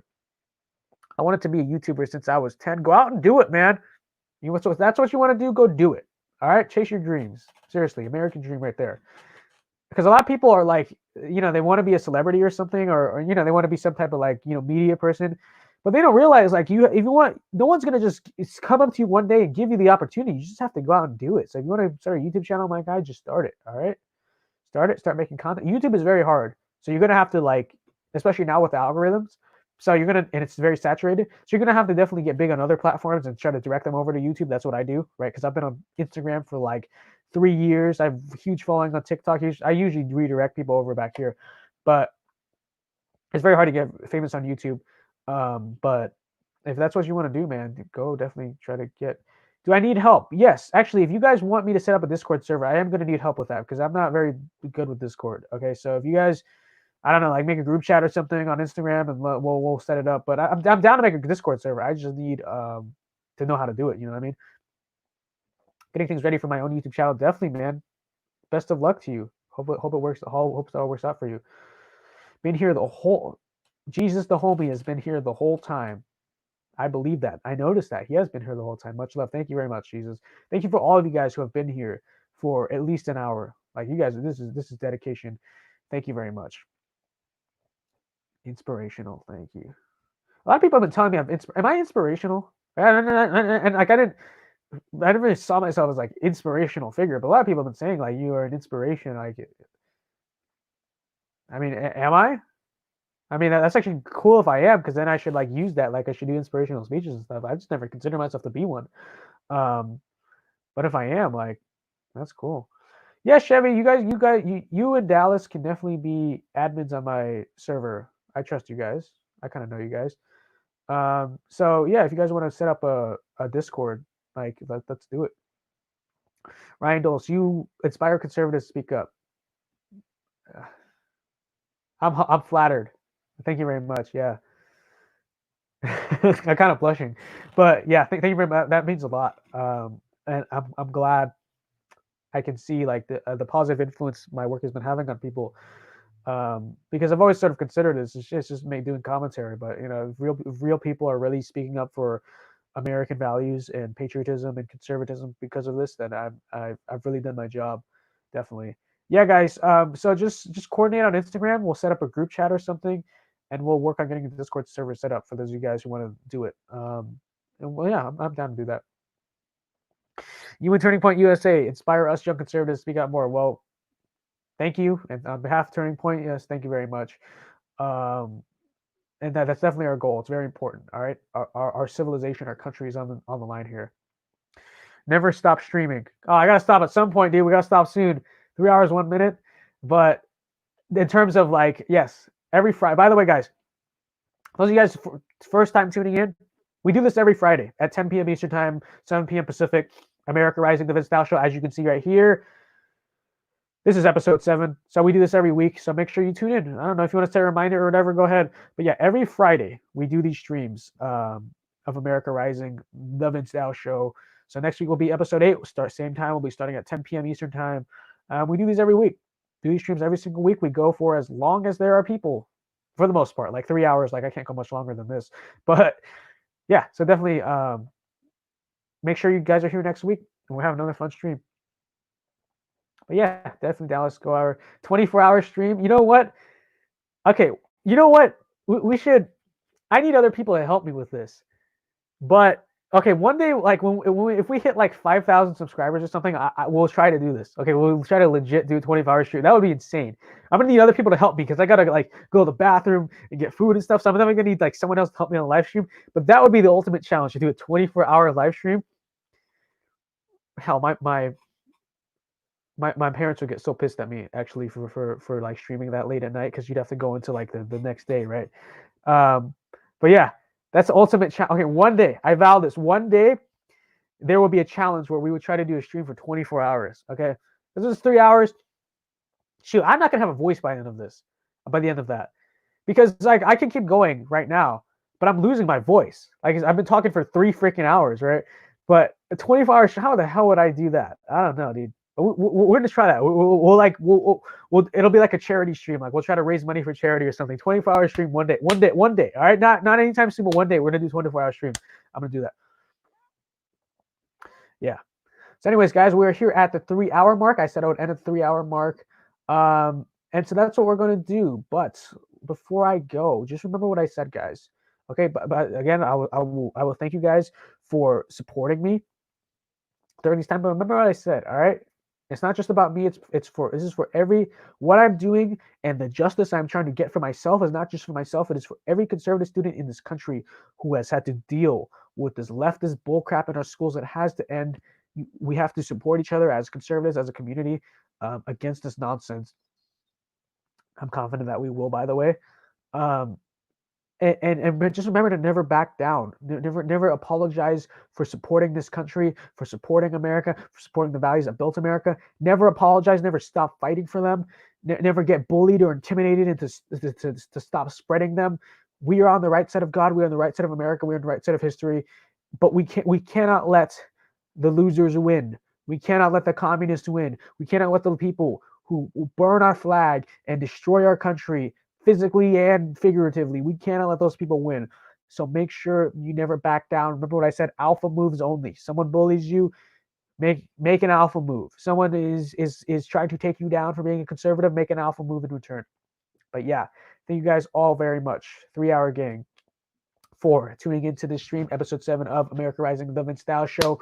That will do it here for this stream. Make sure you guys tune in next week. Same time, 10 p.m. Eastern time, we will start. We will go on for as however long we want, however long I want, however long you want. But make sure you guys are here next week. We're going to be doing this again. All right, 10 p.m. Eastern time every Friday night. We might also stay tuned also, because sometimes we do like special streams, because we have the consistent schedule. We do a stream every Friday, but we also do some consistent streams like during the week. Like we're talking.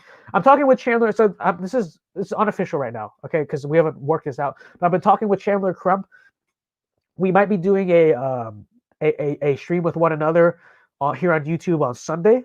Maybe we're not official on that, but we might be doing that. So definitely stay tuned and make sure you're subscribed and make sure you're checking in on my Instagram, all my updates, because we do periodic streams throughout the week. But yes, definitely next week, make sure you are here for America Rising, the Vince Style Show, episode 8. We've had like 2 kind of special episodes, but we're probably going to be going back to talking about covering the news as the show is supposed to be. Hopefully this situation is over. I don't think it's going to be, honestly. We're probably going to have to be talking about this again at some point. But yeah, I'll see you guys. Make sure you guys are following. Make sure you guys subscribe to the channel. Make sure you're following me on Instagram, Twitter. If you use TikTok, Chinese Communist Spyware app, definitely follow me on TikTok as well. And yeah, that'll do it here for today. Thank you guys very much. Stay safe. These are crazy times for our country. Make sure, if you're religious, make sure you say a prayer for better times in our country, okay? Because we need them. But I think the tide is turning. I really think things are, now these riots are really close to over. Now that the coronavirus, it seems, well, apparently according to the media, it's totally disappeared. Now that it's all gone, hopefully we can truly make America great again. As Trump says, the sun is still shining on our country. But here's to better times. But yeah, I'll see you guys, and make sure you guys tune in next week. Hopefully we have very good news to talk about next week, because our country will be on an upward trajectory.